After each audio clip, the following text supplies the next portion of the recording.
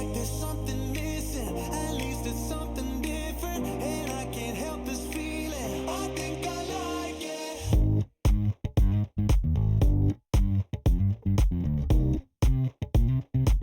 I think I like it.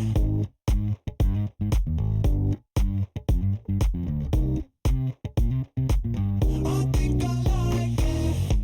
You're a mystery, history to you, but girl, it's new to me. I wish that I could see it happen naturally, but I never saw it coming, baby. I never guessed that we could get this far. Well, honestly, I really don't know where we are, and would it feel as fun if it was less bizarre? Cause we never saw it coming. Should've been so easy, but I feel incomplete thinking about you. Yeah, and I would just let you be, but I consistently think about you. Oh, baby, do you think about it too? I know you're keeping secrets, hoping that I won't see this, but for whatever reason, I think I like it. Feels like there's something missing, at least it's something different, and I can't help this feeling. I think I like it.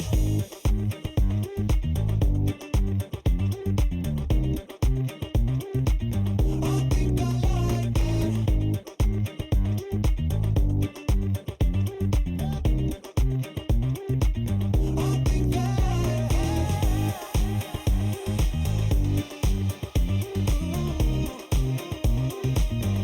think I like it. Oh, baby, do you think about me too?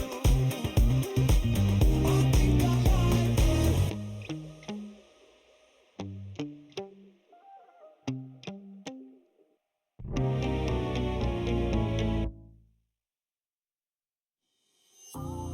I've been around enough to know what I'm missing, but I dream of something more. And I might be down to help them fight for a mission, if I knew what all the fighting was for.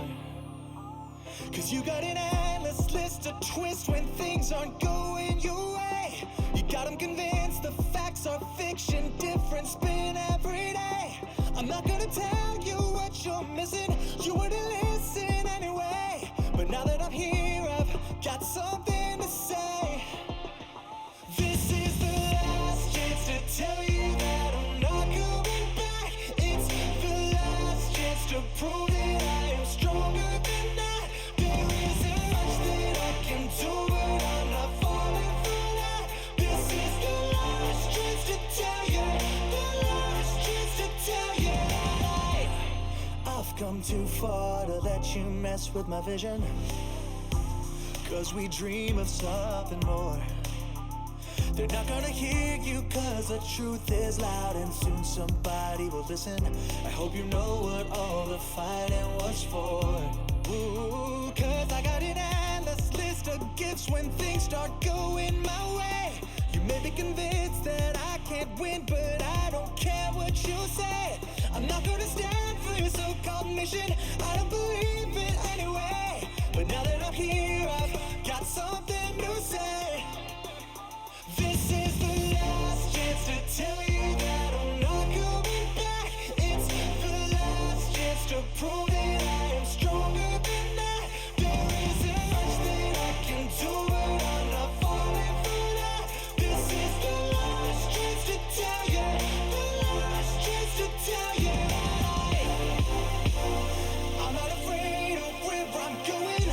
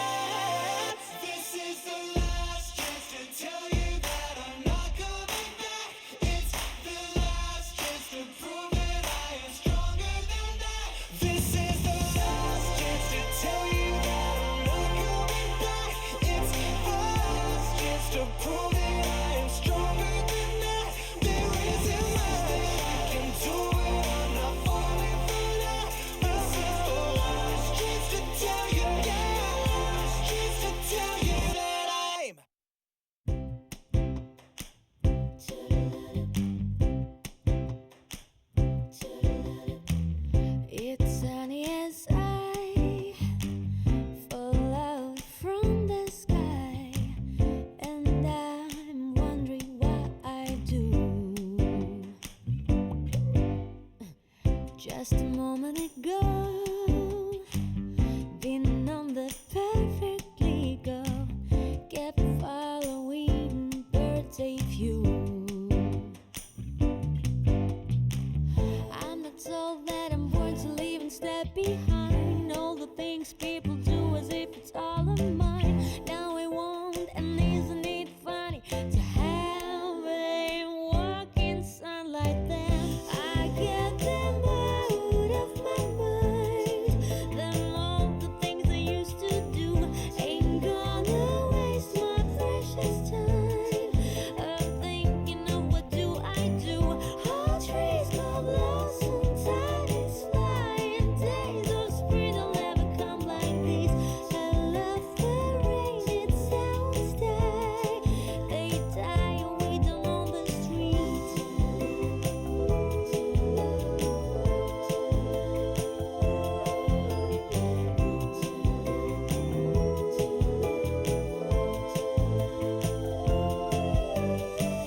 They get me sometimes, drag out from the sky, and now I'm wondering how it was.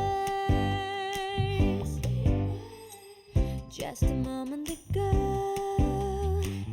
been on the perfectly go, kept following birds a few. They flew in sunlight there. I get them out of my mind. Them all the things I used to do ain't gonna waste my precious time of thinking of what do I do. All trees go blossom, time is flying, days of spring will never come like these. I love the rain, it sounds die. They die away down on the street.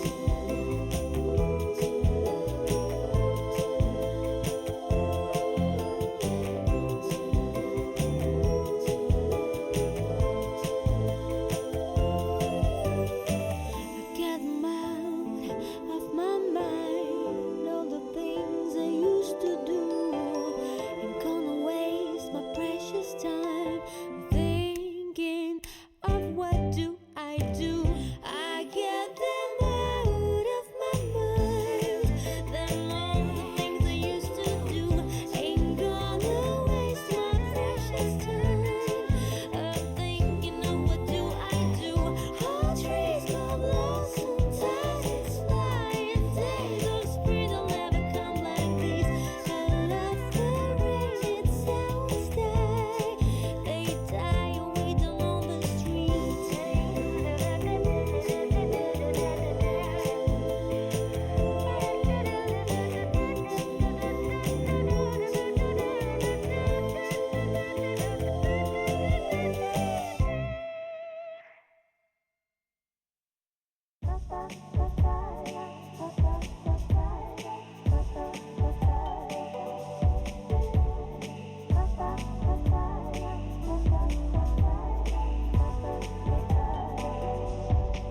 When I was young, I felt so free to be myself. Now this person in the mirror, she feels so detached. Can I go back again, be in the springtime when life was easy? But it's not. Roses, all roses, keep trying to defend the thorns I feel.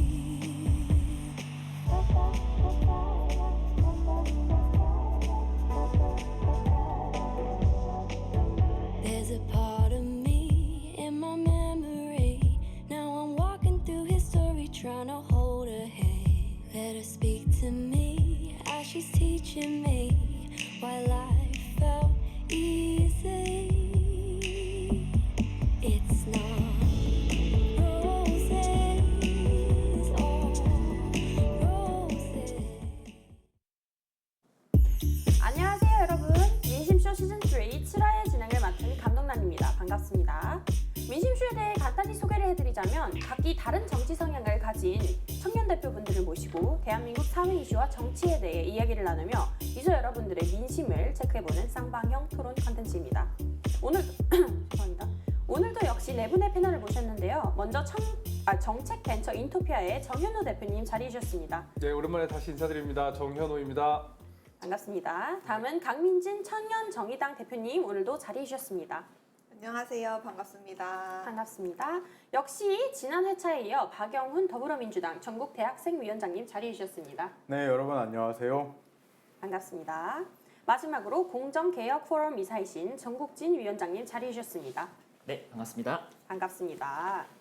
지난 회차 이후 오늘도 이제 약 2주 만에 다시 뵙게 되었는데 여러분 어떻게 지내셨나요? 우리 정현우 대표님부터. 네, 저도 뭐 저기 각 지자체별로 청년 기본 조례들이 통과됐잖아요. 그래서 지자체별로 센터들이 있는데 거기서 그 미래정책 해커톤이라는 행사 운영하면서 그 김포 시내 청년들하고 같이 그 조례 한 7개 새로 만드는 와, 되게 바쁘게 그런 지내셨군요. 네, 그렇게 지냈습니다. 네. 그러시구나. 우리 강민진 대표님은요? 저희는 이제 대선 경선이 시작이 됐어요. 아, 정의당에서. 그래서 4명의 후보들이 본격적으로 출마를 선언을 해서 지금 한창 경쟁이 불붙은 그런 상황입니다. 치열한 상황이군요. 박영현 대표님. 네, 저희도 경선 중이죠. 6분의 후보였는데 한 분 사퇴하셔가지고 더불어민주당 경선 재밌으니까 한번 관심 많이 가져주시면 될 것 같아요. 네, 감사합니다. 정국진 대표님은요? 예, 제가 공정개혁 포럼 이사로 재직 중인데요. 그 지역 포럼, 그러니까 대구 지역에서 포럼을 만들어가지고 대구에 좀 다녀왔는데 대구 지역 민심이 정권 교체의 어떤 열기 이런 걸로 굉장히 가득하더라고요. 그래서 대구 다녀왔던 게 지난번에 있었던 얘기입니다. 그러시군요. 네. 자, 다들 이제 바쁜 두 주를 보내셨는데 이제 최근 이제 정치권에서도 굉장히 많은 일이 있었어요, 여러분. 최근 저희들의 관심을 가장 크게 끌었던 이제 많은 사회와 정치 이슈들 중에서 오늘은 이달 6일부터 신청에 들어간 코로나 상생 국민지원금을 둘러싼 논란과 윤석열 전 검찰총장의 고발 사주 의혹 및 홍준표 의원의 약진 등으로 출렁이고 있는 야권 대선 판도에 대해서 이야기 나눠보고자 합니다. 지금부터 여러분들과 채팅을 통해 함께 소통하며 이야기 나눠볼 테니 끝까지 매너 채팅 및 많은 참여 부탁드리겠습니다. 시작하기 전에 강 대표님 아까 왜 웃으셨죠? 정국진 위원장 말씀하실 때 왜 무슨 일 있었나요? 그러니까 내가 말할 때 웃더라. 제가요? 아니에요? 왜 무슨 일 방송 있었어요? 시작 전에 어떤 사전의 대화 때문이신 건지 아, 네. 그랬습니다. 밑밥을 잘 깔아두고 계셨네요. 사담 때문에 사담이 떠오르셨나봐요. 네, 오늘 어쩌면 네. 제 민심쇼 그 시즌 2 보셨던 분들은 기억하시겠지만 제가 맨 처음 출연한 날 그때 이제 칼을 들고 왔다라고 말해가지고 네. 그때 이제 윤석열 지지를 제가 처음으로 표명을 했었죠. 그렇죠. 오늘도 어쩌면 칼이 등장할 수도 있겠다라는 생각이 듭니다. 칼이 날이 잘 갈린 칼이어야 할 텐데. 나 작정하고 나 지금 저렇게 기대심률 주셨다가 칼을 뽑았는데 뭐 무칼이었다 막 이렇게 얘기하시는 적도 많고 그래가지고 아니 저기 K 칼이어도 칼이니까. 그렇죠, 네. 그렇죠. 자, 오늘 첫 번째 토픽은 코로나 상생 국민지원금 공정성 논란입니다. 지금 방송을 시청해주고 계신 유저분들 그리고 여기 계시는 네 분의 패널분들은 혹시 모두 코로나 상생 국민지원금 신청하셨나요? 저 네. 받았어요. 강민진 받았습니다. 대표님 그리고 정현우 대표님 받았죠. 박영현 대표님 받으셨고 정국진 대표님 저 날짜 아직 못 맞춰가지고. 아직 날짜를 못 맞춰가지고 네네네. 아직 못 이게 혹시 상위 뭐 퍼센트 들어가시는가요? 저 평민입니다, 평민. 지금 뜨고 있죠? 네. 자, 우리 첫 번째 토론 주제는 소득 하위 88% 국민에게 1인당 25만 원씩 지급되는 국민지원금을 둘러싼 논란입니다. 이제 90%로 올랐다고 전 들었어요. 그 고민정 의원님께서 어떻게 나는 국회의원인데 나도 못 받았나 이렇게 이렇게 컴플레인을 하셔가지고 그게 이제 시발점이 되어서 갑자기 90%로 올랐더라고요. 이거에 대해서는 어떻게 생각하시나요? 아니 국회의원이면 오히려 내놔야 되는 거 아니에요? 국회의원들은 얼마를 받죠? 월급이요? 네. 한 1,200만 원 아니 받으시죠? 1,200만 원 받으면서 지금 아니, 근데 25만 원 못 받는다 그러는 게 저는 참 이해가 나 안 진짜 가거든요. 할 말이 있는데 국회의원들이 그 코로나 와중에서 자기들 어떤 사비를 털어가지고 뭐 기부했다는 얘기나 들은 게 별로 없어요. 오히려 그 뭐 배현진 의원이라든가 김미애 의원이라든가 이런 국민의힘 의원들이 그렇게 하는 걸 내가 들어본 적이 있는데 어느 당은 얘기를 안 그런 얘기가 없더라고. 국민의힘 누구요? 배현진 의원, 김미애 의원 이런 분들이 기부를 하시더라고. 그러니까 그런 기부하고 오히려 그래야 될 판에 고민정 의원은 오히려 나한테 왜 안 주냐 이런 얘기 하니까 좀 모양새가 너무 빠져 보이던데요? 지급 대상을 확대해야 되는 이유를 이제 내가 못 받았다는 걸 가지고 얘기하니까 약간 좀 그러니까 바라보기가 약간 핀트가 좀 나간 예, 느낌이 없잖아. 들었죠? 다르게 설득하시면 더 좋았을 것 아, 같은데. 맞아요, 예. 맞아요. 이제 첫 번째 토론 주제는 이제 이 88%에서 이제 90%로 오른 국민에게 1인당 25만 원씩 지급되는 국민지원금을 둘러싼 논란입니다. 국민지원금 지급 대상에서 제외된 분들의 항의가 빗발쳐서 지급이 시작된 이후 5일간의 이의 신청이 7만 건이 넘었다고 합니다. 온라인 커뮤니티에서는 이 국민지원금을 풍자한 이른바 재난지원금 신분 계급표가 등장했습니다. 별게 다 생겼네요. 지원금을 신라시대의 골품제에 빗대어 풍자한 것인데요. 이 계급표에 따르면 지원금을 받는 사람들은 노비와 평민으로 분류가 됩니다. 그리고 건강보험료 기준만 초과하여 미지급 대상인 사람들은 육두품, 금융소득과 건강보험료 기준을 넘으면 진골, 그리고 재산세 과세 표준과 금융소득, 그리고 건강보험료 기준을 모두 초과한 사람들은 상위 3%로 선골로 비유가 됩니다. 이를 본 국민들의 반응은 제각각인데요. 죄송합니다. 웃겨가지고. 재난지원금을 받는 평민이어서 좋아해야 할지 슬퍼해야 할지 모르겠다거나 반대로 재산도 없는데 내가 왜 선골이냐라고 토로하는 의견들도 많습니다. 사실상 많은 분들이 잘못 알고 계시는데 이제 재난지원금을 못 받는 사람이라고 다 무슨 재산이 한 10억씩 있는 그런 거부가 아니거든요. 실질적으로 원룸에 살면서 월급 가지고 겨우겨우 살아가시는 분들도 못 받았다고 정말 억울해하시는 분들도 계시거든요. 이제 재산 기준이 아닌 소득 기준, 즉 건강보험료 납부액으로 지급과 미지급 대상자를 가르다 보니 이에 따른 공정성, 형평성 논란이 제기되고 있습니다. 국민들의 반발이 심각해지자 정부 여당은 지난 10일 소득 하위 88%인 현재 기준을 90%선까지 확대하겠다고 밝혔는데요. 이 코로나 상생 국민지원금의 형평성 논란, 그리고 국민들의 이의 제기에 따른 기준을 변경하는 여당의 대처에 대해 어떻게 보시는지요? 자, 누구부터 말씀하시겠어요? 그리고 짧게 얘기하면 네. 이 대혼란은 예견된 일이 아니었을까 싶은데 그렇죠. 네. 이 코로나19에 대한 피해 실상을 정확히 반영하기가 어려운 상태에서 지급을 했는데 이게 국민건강보험공단에서도 이 직전 가입자하고 지역 가입자 보험료 산정 기준도 다르고 선정 시점도 달라가지고 이게 이렇게 하면 안 된다라고 얘기했는데 밀어붙인 결과 이런 결과가 나온 거 아닌가 생각을 하고 있습니다. 저는 한마디 하자면 이재명과 이준석이 옳았다라고 평가를 하고요. 국민의힘 전체 의원이 반대했어요. 보편 지급하자는 거 반대했고요. 총 20만 원을 전체 국민에게 지급하자고 합의를 한 상태에서 송영길 대표와 이준석 대표가 합의를 했죠. 그리고 이재명 경기도지사가 또 전 국민에게 지급해야 된다 했는데 민주당의 정부이기 때문에 홍남기 부총리죠. 부총리도 반대를 하고 그 결과 88%인가요?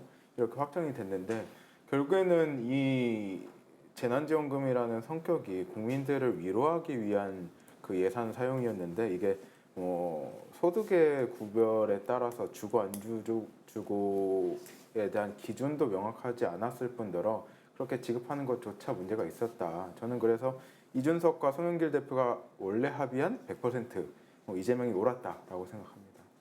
저는 좀 근본적으로 이 재난지원금 자체가 꼭 지급이 됐어야 됐나 이런 생각이 사실 좀 들었어요. 왜냐하면 이제 저 같은 경우는 제가 이제 돈이 없고 아까 표에 따른 평민이긴 하지만 사실 코로나 이전이나 지금이나 소득이 크게 변하지 않았거든요. 이제 제가 이제 하는 일이 그런 거죠.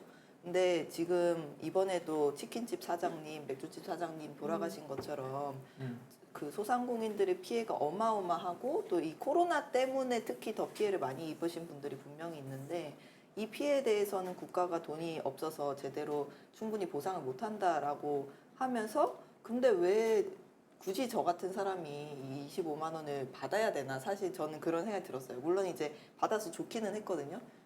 다 좋기는 그렇죠. 하잖아요. 네. 우리 모두의 마음속엔 좌파가 조금씩 있기 때문에 좋아할 수밖에 그러니까 없습니다. 재난지원금 받아서 개인적으로는 좋지만 근데 이거를 받는 것 자체가 우리나라를 위해서 지금 좀 필요한 일인가 우선순위인가 이런 생각이 좀 들었습니다.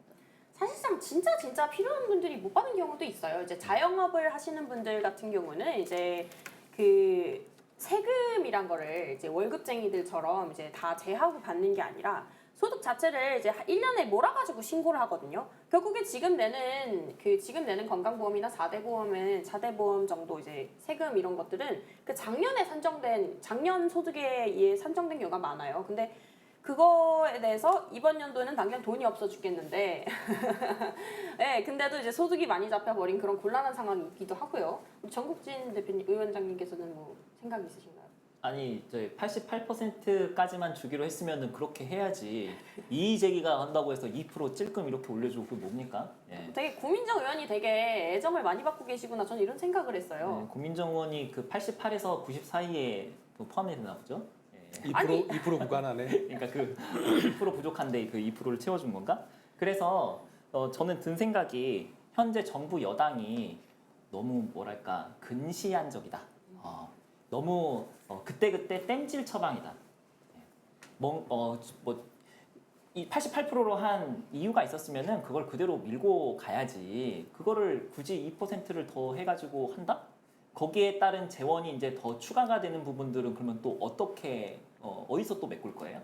예, 그것도 빚내 가지고 또 합니까? 그리고 그 빚낸 거는 나중에 누가 갚습니까? 결국은 또 우리가 또 갚아야 되는 거 아니에요? 그렇죠. 약간 그 조삼모사 같아요. 그러니까 아침에 뭐 이제 3개 주고 저녁에 4개 주겠다 그랬다가 그런데 이제 반발이 심해지니까 그러면은 아침에 4개 주고 저녁에 3개 주겠다 이제 이런 식으로 말하는 거나 뭐가 다를까라는 그런 생각이 좀 들고 그래서 현 정부가 하는 것이 좀 중장기적으로 이렇게 길게 보는 그런 정책을 하기보다는 그때그때 그냥 사람들 마음에 그 어떤 포퓰리즘 이런 데에 좀 호소하는 그런 것들이 좀 많이 보여져가지고 굉장히 좀 안타깝다는 생각이 많이 들었습니다. 사실상 그 이런 여론이 저도 이제 방송을 하는 사람 입장으로서 이제 국민 지원금에 대해서 이제 방송에서 얘기를 하다 보면 나오는 얘기가 차라리 세금을 그만큼 줄여줬으면 훨씬 실질적으로 이제 자영업자나 소상공인이나 여러 사람들에게 부담이 덜 되지 않았겠느냐. 그런데 또 이런 발언이 나오더라고요. 그러면 세금 안 내는 사람은 못 받잖아요. 혜택은 못 받잖아요. 근데 저는 이런 생각도 듭니다.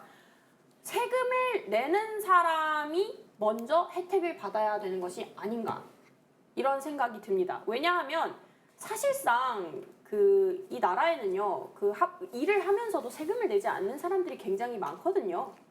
그런데 이제 그 사람들은 우선적으로 지급을 하면서 세금을 많이 부담하고 실질적으로 그렇게 잘 사는 경우가 아님에도 불구하고 세금을 이렇게 내면서 받아가는 건 없는 그런 경우가 사실상 이 현실이거든요, 대한민국에. 그래서 이제 이 모호한 기준에 따른 혼란과 배제에 따른 차별, 소외감으로 인해 지원금이 국민들 간 갈등을 불러일으킨다는 지적도 나오고 있습니다. 지금 보고 계시는 왼쪽 이미지는 김부겸 국무총리가 지난 7월 고소득자에게는 재난지원금 25만 원 대신 자부심을 드린다라고 말한 사실을 비꼬며 풍자한 고소득자 자부심상입니다. 그리고 오른쪽 이미지는 온라인 커뮤니티에서 화제를 모으고 있는 신종 고백법이라는 게시물인데요. 남성이 저 재난지원금 못 받습니다. 사기시죠? 라고 질문하니 여성이 야! 하며 환호하고 있네요. 재난지원금으로 소득 상위 12%와 소득 하위 88%가 나뉘면서 온라인에서 이런 우픈짠들이 퍼져나가고 있습니다. 표심을 겨냥해 추진한 현금 살포 정책이 국민 갈라치기를 발생시켰다는 이러한 지적에 대해서는 어떻게 생각하시나요?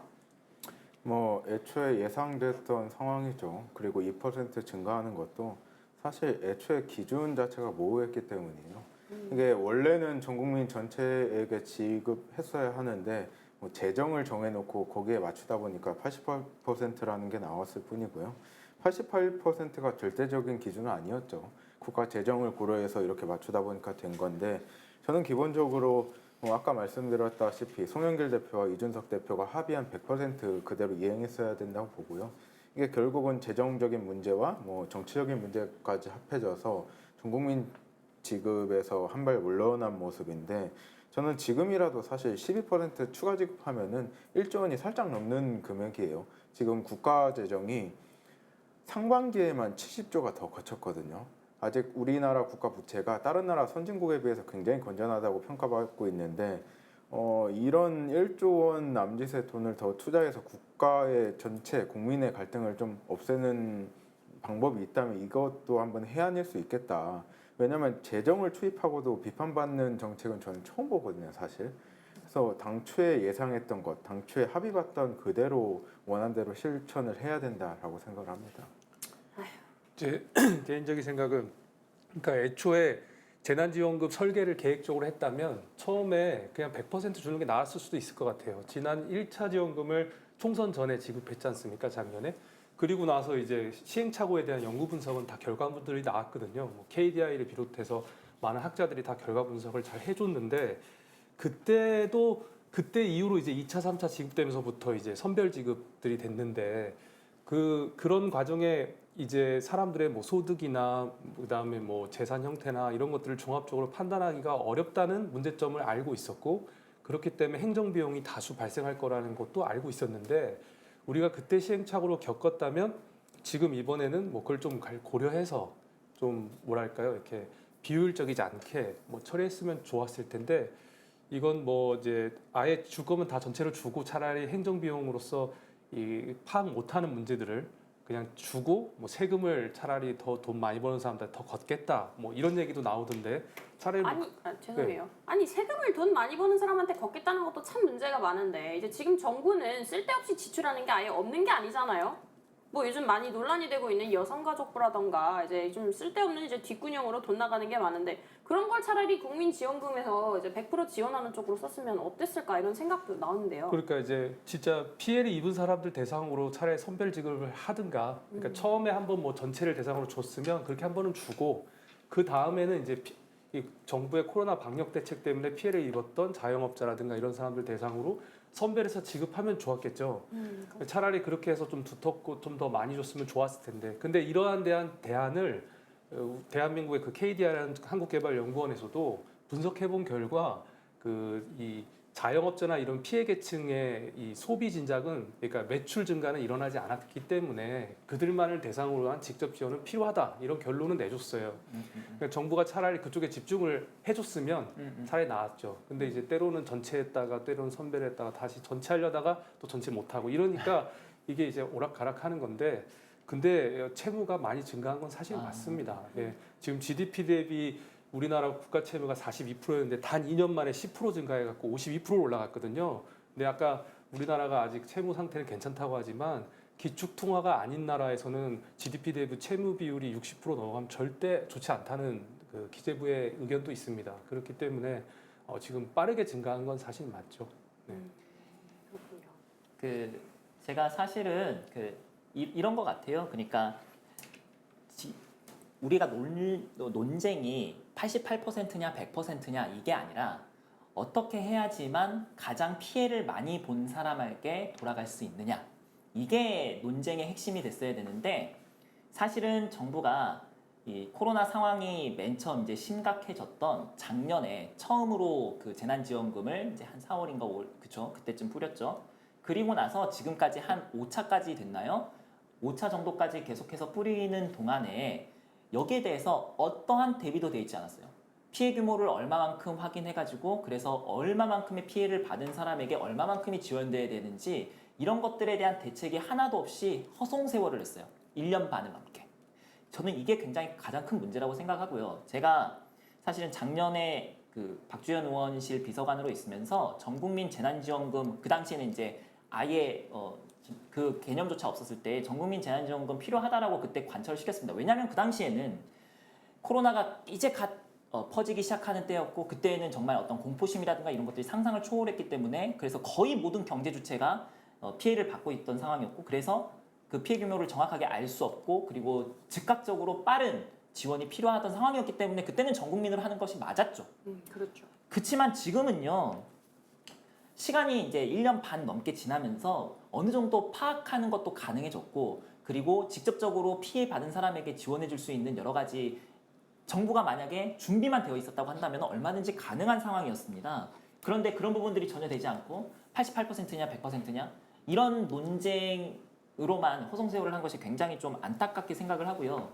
제가 뭐 굳이 다른 나라 사례를 하나만 딱 가져오자면 다른 나라 같은 경우는 그 소상공인의 그 고정 지출의 90%까지 지원을 해주는 거 아닙니까? 그래서 소상공인들이 그 자영업자들이 월급은 줄 수 있게. 네 앉아서 죽지 않게끔 할 수 있는데 지금 이 나라는 자영업 비율이 굉장히 높은 편에 속하는 그런 나라임에도 불구하고 자영업자들이 하나둘씩 죽어나가는 과정에서 지금 최근에도 한 분 돌아가셨잖아요. 자기 두 분이요. 예. 원룸 그걸 빼가면서까지 그 직원들 월급 주고 본인은 극단적인 선택을 할 수밖에 없었던 그런 상황이 됐는데 여기에 대해서 정부는 어떠한 나몰라라 준비도 되어 있지 않은 상태에서 그분들의 어떤 안타까운 죽음을 좀 방치했다.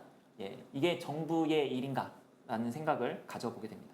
그러니까 보편복지 자체가 뭐 언제나 옳은 것도 아니고 또 언제나 틀린 것도 아닌데 이번 상황에서는 저는 이 재난지원금 88%보다는 차라리 코로나로 가장 크게 피해를 입은 사람 12%를 몰아서 주는 게 낫다. 그런 생각이고 그런 점에서 이제 좀 공감대가 있는 것 같은데 그러니까 지금 코로나로 인해서 피해를 보는 사람들이 누구냐. 사실 정규직 노동자들이나 이런 사람들은 크게 달라지지 않은 경우가 많아요. 코로나 이전이나 이후나. 그런데 이제 비정규직 노동자라든지 뭐 그런 불안정한 뭐 프리랜서 이런 분들 그리고 이제 자영업자분들 이런 사람들한테 피해가 집중이 됐단 말이에요. 그러면 코로나 재난 상황에서는 우리 사회가 같이 생존을 하기 위한 방법이 뭐냐를 찾아야 되는데 그러기 위해서는 이 가장 피해가 집중된 사람들한테 그 피해를 그대로 전가하도록 방치하면 안 되는 거죠. 그런 점에서 이번에 그 치킨집 사장님과 맥주집 사장님의 죽음은 저는 어쨌든 홍남기 부총리와 문재인 정부가 책임감을 느껴야 되는 죽음들이라고 생각합니다.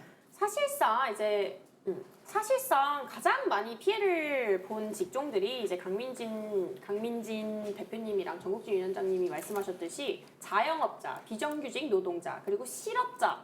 이제 이번 코로나 사태로 인해 이제 실업을 하신 분들이죠. 근데 이게 정확하게 코로나라는 질병 때문에 이게 생겨난 게 아니거든요. 이 문제가. 이분들이 피해를 정확하게 보신 이유는 거리두기와 영업 제한인데 이 거리두기와 영업 제한에 죄송합니다. 거리두기와 영업 제한에 사실상 모순점이 많았어요. 이렇게 인과관계도 확실하지 않고 좀 뭐 이랬다 저랬다 하는 부분도 없잖아 있었고 이제 백신 수급이 원활하지 않다 보니까 이제 뭐 누구는 좀 제가 어떻게 딱히 꼬집어서 말하면 너무 이게 한 당을 비판하는 것 같으니까 저는 여기까지만 말씀을 드리겠습니다만 그거를 제가 이어서 하면 안 될까요? 네, 말씀해 주시죠. 제가 먼저 좀 이야기하고 싶은 게 있는데 네네네. 사실 우리들 안에서도 의견이 갈리잖아요. 어떤 분은 뭐 소상공인 집중해야 된다, 어떤 분은 뭐 말아야 된다 하는데 네네. 그 전국민 재난지원금이 10조예요. 예산이 10조고 소상공인도 그에 걸맞는데 일본 같은 경우에는 하루에 최대 40만 원까지 소상공인에게 지급하잖아요. 근데 이렇게 되면 아까 저기 대표님께서 말씀하셨는데 GDP 대비 국가 채무가 40%뭐 남짓인데 우리나라가 그리고 내년에 뭐 50%까지 올라갈 수 있고 이런 상황인데 주요 선진국들을 보면은 우리보다 2배 내지 3배 높은 국가들도 많아요. 이게 코로나 상황이라는 걸 감안해야 되고 정말 소상공인들에게 집중하면은 국가 부채 늘어날 수밖에 없어요. 한동안. 근데 안 집중했는데도 늘어났다는 게 포인트잖아요. 왜냐면 우리나라는 OECD 주요 국가 중에 주요 국가 평균이 110%예요. 비기축통화국 평균이 110%인데 우리나라는 40% 남짓이란 말이에요.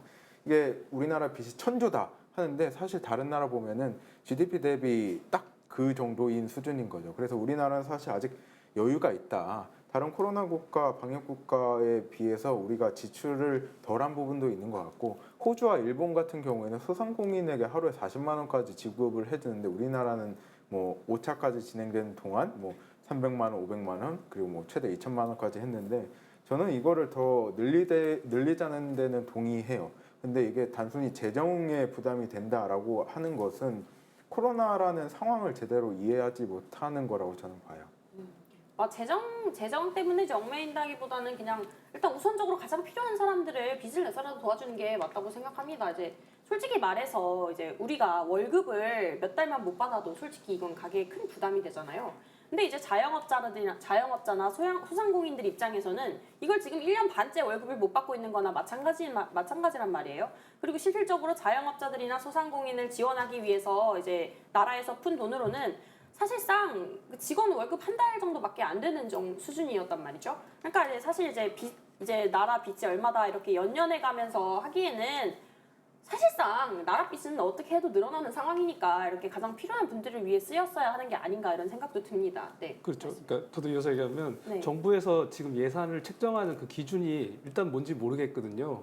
그리고 그 앞에 88%, 90%도 사실 계속 비율이 바뀌는 것도 어떤 기준으로 하는 건지 잘 모르겠지만 제 생각에는 대략 그냥 지출될 예산 총액을 가지고 지레짐작하는 건 아닐까 이런 생각 사실 들어요. 그러니까 한 번 할 때 20조 원씩 해서 한 5회차 그러면 한 100조 정도면 대략 계산하는 것 같은데 그러니까 결국은 감당 가능한 수준을 염두하면서 지금 예산을 쓰고 있다라고 저는 이제 예상은 되는데 이제 그러니까 거기에는 국가 채무 비율을 막 올려도 된다는 인식을 갖고 있는 건 아니고 어느 적정 수준까지는 기재부는 고려하고 가고 있는 거죠. 그 선이 우리나라는 60%를 넘으면 좋지 않다는 생각을 갖고는 있는 겁니다. 근데 정치권에서는 아직 다른 나라에 비해서 국가 채무 비율이 크지 않기 때문에 더 올려도 위험하진 않다고는 말을 하고는 있지만 증가하고 있는 것이 큰 문제가 없는 건 아니다라는 거죠. 그러니까 그런 인식을 갖고 지금 예산을 쓰고 있는 건데 그럴 거라면 효과가 어떤 게 더 있는 거고 누가 피해를 더 많이 받았고 누가 혜택을 받는 것이 적정한 거냐에 대한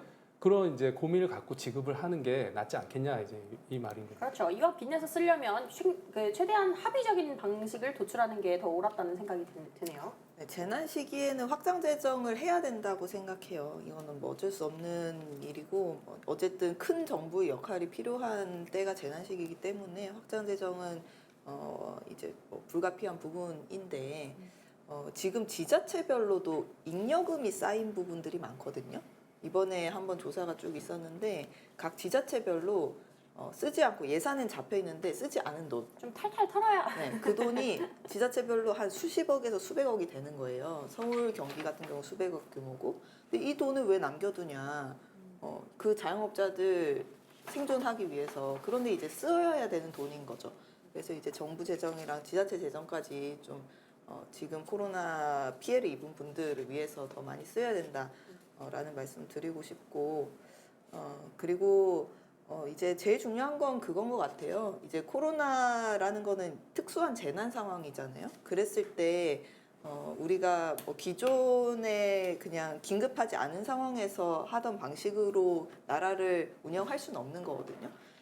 지금 코로나 특수로 오히려 돈을 더 번 기업들이 있어요. 예를 들면 이제 쿠팡 같은 곳, 이제 비대면 산업을 위주로 하는 곳, 이런 곳들은 사실 더 많이 그 수입이 늘어났단 말이에요. 어떤 사람들은 굉장히 어려워진 반면에 그러면은 이런 상황에서 오히려 코로나 특수로 더 많은 이득을 본 사람들은 어떤 사회적 책임을 다하게 할 거냐 이런 논의가 필요하다고 생각합니다. 정국진 위원장님. 예, 그래서 이어서 말씀을 드리면 코로나로 인해서 이제 생각하지 않았던 외부 효과를 통해서 이제 이득을 얻으신 분들, 양의 이제 외부 효과를 얻으신 분들 같은 경우에는 조금 더 고통을 분담하는 차원에서 그런 분들을 대상으로는 일종의 이제 세금을 좀 신설해 가지고서라도 예, 그런 어떤 국가 재정도 좀 이렇게 보충을 하고 그리고 뭐 재난지원금에 대한 어떤 재원으로서 활용할 수도 있겠다는 그런 생각은 들어요. 그런데 그런 부분에 대한 논의는 전혀 없이 이렇게 흘려보낸 게 굉장히 안타깝고요. 제가 이재명 지사를 조금 지적을 안 할 수가 없는데 왜냐하면 이재명 지사가 가장 누구보다도 그 재난지원금에 대해서 적극적으로 이렇게 목소리를 내셨고 또 거기에다가 이제 그 외에도 청년 기본소득이라는 명목으로 사실은 알고 보면 청년이 아니고 만 24세에게만 주는 용돈이라고 할 수 있는데 뭐 그런 걸 통해서 이제 돈 주는 그런 정책을 이분이 적극적으로 펴고 계시잖아요. 근데 이제 저는 이런 생각이 드는 거예요. 그런 것들에 대해서 기본소득이라는 이름을 붙이려고 한다면 사실 재난지원금도 기본소득의 개념으로 준다고 하는 거 아닙니까? 그러니까 그렇게 된다고 한다면 이 일종의 정책적 실험이 특수한 상황에서 놓여져 있는 정책적 실험이 향후에 어떤 식으로 이거를 발전시켜 나갈 것인지 그러니까 만 24세부터 이제 일단은 줬는데 나중에 더 연령대를 늘려가겠다. 그리고 이걸 실제로 줬더니 어떠한 그런 경제적 효과가 있었기 때문에 이거를 더 확대시켜 나가겠다. 이런 식으로 짚어 나가야 되는데 그냥 돈 주고 거기서 끝이에요. 여기에 대해서 향후에 본인이 예를 들어서 대통령이 된다고 했을 때 이거를 전국적으로 이제 시행을 하게 될 수도 있는 거고 그다음에 전 청년들을 대상으로 이제 할 수도 있는 건데 거기에 대해서는 어떤 청사진이 전혀 그려지지 않아요. 그냥 무작정 다 주겠다. 예. 그리고 거기에 대해서 뭐 재원 같은 거는 뭐 별도의 뭐 무슨 세목을 새로 신설을 해가지고 이제 만들겠다 이제 이런 것들만 보여주고 있을 뿐이지 우리에게 뭐 그런 미래에 대해서 좀 불분명한 그런 모습을 보이고 있기 때문에 문제가 된다라고 저는 말씀을 좀 드리고 싶었습니다. 네. 지금 국민 갈라치기를 넘어서서 여러분 이제 그 외국인 갈라치기라는 말이 또 나왔어요. 특히 이제 이번에 그 굉장히 핫 이슈가 된 부분이 있는데 조선족 동포분들이 굉장히 분노한 사건입니다. 왜 우리에게는 지원금을 주지 않느냐라는 이야기인데요. 사실상 MC 제 개인적인 생각으로는 외국인이더라도 한국 내에서 합법적인 신분으로 체류를 하면서 세금도 납부를 하고 4대 보험도 납부를 하는 사람이라면 솔직히 재난지원금을 주어야 하는 게 아닌가 이런 생각이 드는데요. 왜냐하면 이제 선진국인 미국에서도 보면 외국인의 신분이더라도 합법적인 체류를 하는 와중에 이제 그 소득을 만들어서 세금을 납부를 하면 재난지원금을 지급을 해왔습니다. 이 부분에 대해서는 어떻게 생각하시나요? 우리 강민진 네, 아니 당연히 드려야 되는 부분이라고 저는 생각해요. 이제 이주민을 배제한다는 거는 합리적인 이유가 없는 차별이 될 수 있는 거거든요. 그러니까 이미 한국에 합법적인 신분으로 체류를 하고 있고 노동을 하고 있고 그래서 소득을 내서 세금도 내고 있는 분들이라면 당연히 이제 이런 복지 혜택의 대상도 돼야 되는 거죠. 근데 이번에 사실 이주민 노동자들이나 또 난민들도 배제가 됐어요. 합법적으로 체류하고 계시는 난민 인정을 받으시는 분들도 이 재난지원금에서 배제가 돼서 많이 문제 제기를 하고 있는데 이제 이분들도 사실 코로나로 인해서 어떤 피해를 입었다면은 이분 분들이거든요. 외국인 그렇죠. 노동자들 같은 경우 비정규 노동자들이 많고 그렇다 보니까 해고도 되신 분들이 많고 그러니까 국민들이 이 코로나로 인해서 피해를 입어서 이런 재난지원금을 준다면 사실은 그분들한테도 똑같은 논리가 적용되지 않을 이유가 없는 거죠. 맞는 말씀이십니다. 우리 가경원 대표님 어떻게 생각하세요? 네, 저도 줘야 된다고 생각해요. 왜 안 줬는지 모르겠는데. 그러니까 합법적으로 네. 합법적인 신분으로 세금을 내고 있다면 받는 게 옳다고 생각을 하는데. 그러니까 이제 저는 이게 이제 정부가 좀 분명한 청사진이 없기 때문이라고 생각이 돼요. 그러니까 우리나라에 체류하고 있는 외국인들을 우리나라 이제 경제에 편입을 시키고 그래서 우리나라의 어떤 국내 총생산을 더욱더 이렇게 증대시키는 방향, 우리나라의 어떤 발전을 좀 이끌어낼 수 있는 그런 방향으로 이분들 어떻게 보면 굉장히 소중한 노동력이 될 수도 있거든요. 그러니까 그런 거에 대한 어떤 전략적인 부분이 전혀 없는 상태에서 그냥 뭐 그때그때 좀 땜질 처방, 제가 계속해서 아까도 말씀드렸습니다. 땜질 처방식으로 뭐 난민 같은 경우도 우리가 만약에 난민 정책을 어떻게 활용하느냐에 따라서 그분들이 대한민국 사회를 발전시킬 수 있는 원동력이 될 수도 있는 거예요. 뭐 우리 동서고금의 역사를 살펴봐도 예를 들어서 그 유럽 사회에서 그 구교와 신교, 그러니까 가톨릭하고 이제 개신교가 이렇게 나뉘게 됐을 때 개신교 인력이 굉장히 고급 인력이었거든요. 개신교가 이제 박해를 받으면서 다른 나라에 이제 난민으로 가게 되면서 그 나라들이 이제 발전하게 되는 그런 계기들도 만들어지게 되고, 뭐 당장 우리가 보기에도 미국 같은 경우 난민들도 이제 적극적으로 받아들이고 그분들이 미국 사회를 계속해서 끊임없이 발전시키는 것을 보게 되는데, 뭐 인종의 영광론, 멜팅팟이라고도 얘기를 하는데 우리나라도 뭐 그렇게 되지 않으리란 법은 없거든요. 근데 인구 수도 계속 줄어들고 있는 와중에. 맞습니다. 그러니까 저출산과 이제 고령화가 심화되어 가고 있는 우리나라 상황을 고려해봤을 때 이런 부분에 대한 어떤 장기적인 안목이 필요한데 여기에 대한 고려가 전혀 없이 그때그때 뭐 난민 그냥 뭐 받지마 받아 뭐 이제 이런 식으로 논쟁이 되어가고 있고, 그리고 그때그때마다 재난지원금 줘 말어 이런 식으로 논쟁이 되어가고 있는 것은 좀 바람직하지 않다고 생각이 듭니다. 사실 재난지원금이 지급하는 것에 대해서 장기적이냐 그렇지 않느냐, 뭐 땜질 처방이냐 아니냐의 문제는 아니라고 보고요. 사실 재난 상황이에요. 재난 상황이기 때문에 어떤 계층에게 어떤 분들에게 지급해야 하느냐는 정부 정책에 따라 다른 건 맞고, 이게 저는 이 결정 과정을 잘 모르겠는데 국민재난지원금이기 때문에 한국 국적을 가진 분들에 한해서 지급한 것 같아요. 그럼에도 굉장히 아쉬운 점은 우리나라에 있는 뭐 F4 비자를 받은 분들도 이번에 조선족 분들 못 받았죠. 이렇게 해외에 그 영주권이 아니고 우리나라 국적을 갖지 못한 외국인 노동자들에게 지급하는 것에 대해서 굉장히 긍정적으로 한번 검토해 봐야 된다. 그러니까 이제 보건복지부나 이런 데서는 이제 중국 동포를 포함해가지고 이제 그 대한민국 국민하고 동일하게 국민건강보험을 내는 사람이라면 지급 대상이 되는데, 이제 체류를 하고 한 사람으로서 비자를 받은 F4 비자 소지자 같은 경우 받지는 못하죠. 그런데 이제 뭐 이민 와서 그러니까 결혼해서 이민 왔거나 이런 분들은 주민등록에 등록 안 돼 있어도 이제 그러니까 지급받을 수 있는 대상에는 포함될 수 있는데, 근데 이제 체류인 경우에는 어렵다고 봐야죠. 참 안타까운 부분인 것 같아요. 사실상 이제 한국인들이 살해 협박도 받고 있는 그런 상황인데 이게 이렇게까지 심화되었어야 할 그런 문제인가? 사실상 한국에도 세금 안 내면서 합법적이지 않은 일을 하고 세금을 납부하지 않으면서도 재난지원금 받아가는 사람들이 있는데 그런 입장에서 보면 사실상 세금을 많이 내는 외국인이 더 낫지 않나 저는 이런 생각을 해봅니다. 자 이제 그리고 지원금 사용처의 적정성을 둘러싼 갑론을박도 떠오르고 있습니다. 지원금으로 편의점에서 고가의 스마트워치나 무선 이어폰을 구매했다는 인증사진이 잇따라 올라오면서 논란이 시작되었는데요. 한 편의점이 국민지원금으로 최신 스마트워치 등을 살 수 있다며 홍보에 나섰고 온라인 커뮤니티에서는 어느 편의점에서 어떤 제품을 살 수 있는지 구체적인 정보가 활발히 교류되고 있습니다. 직영으로 운영되는 백화점이나 대형 마트와는 달리 가맹사업자가 대부분인 편의점에서는 국민지원금 사용이 가능한 틈을 파고든 것인데요. 이를 두고 지역경제 활성화를 위한 지원금으로 고가의 제품을 사도록 하는 것은 취지에 맞지 않다는 지적과 반대로 편의점도 소상공인이고 자영업자에 해당하니 문제가 없다는 반박 의견으로 공방이 펼쳐지고 있습니다.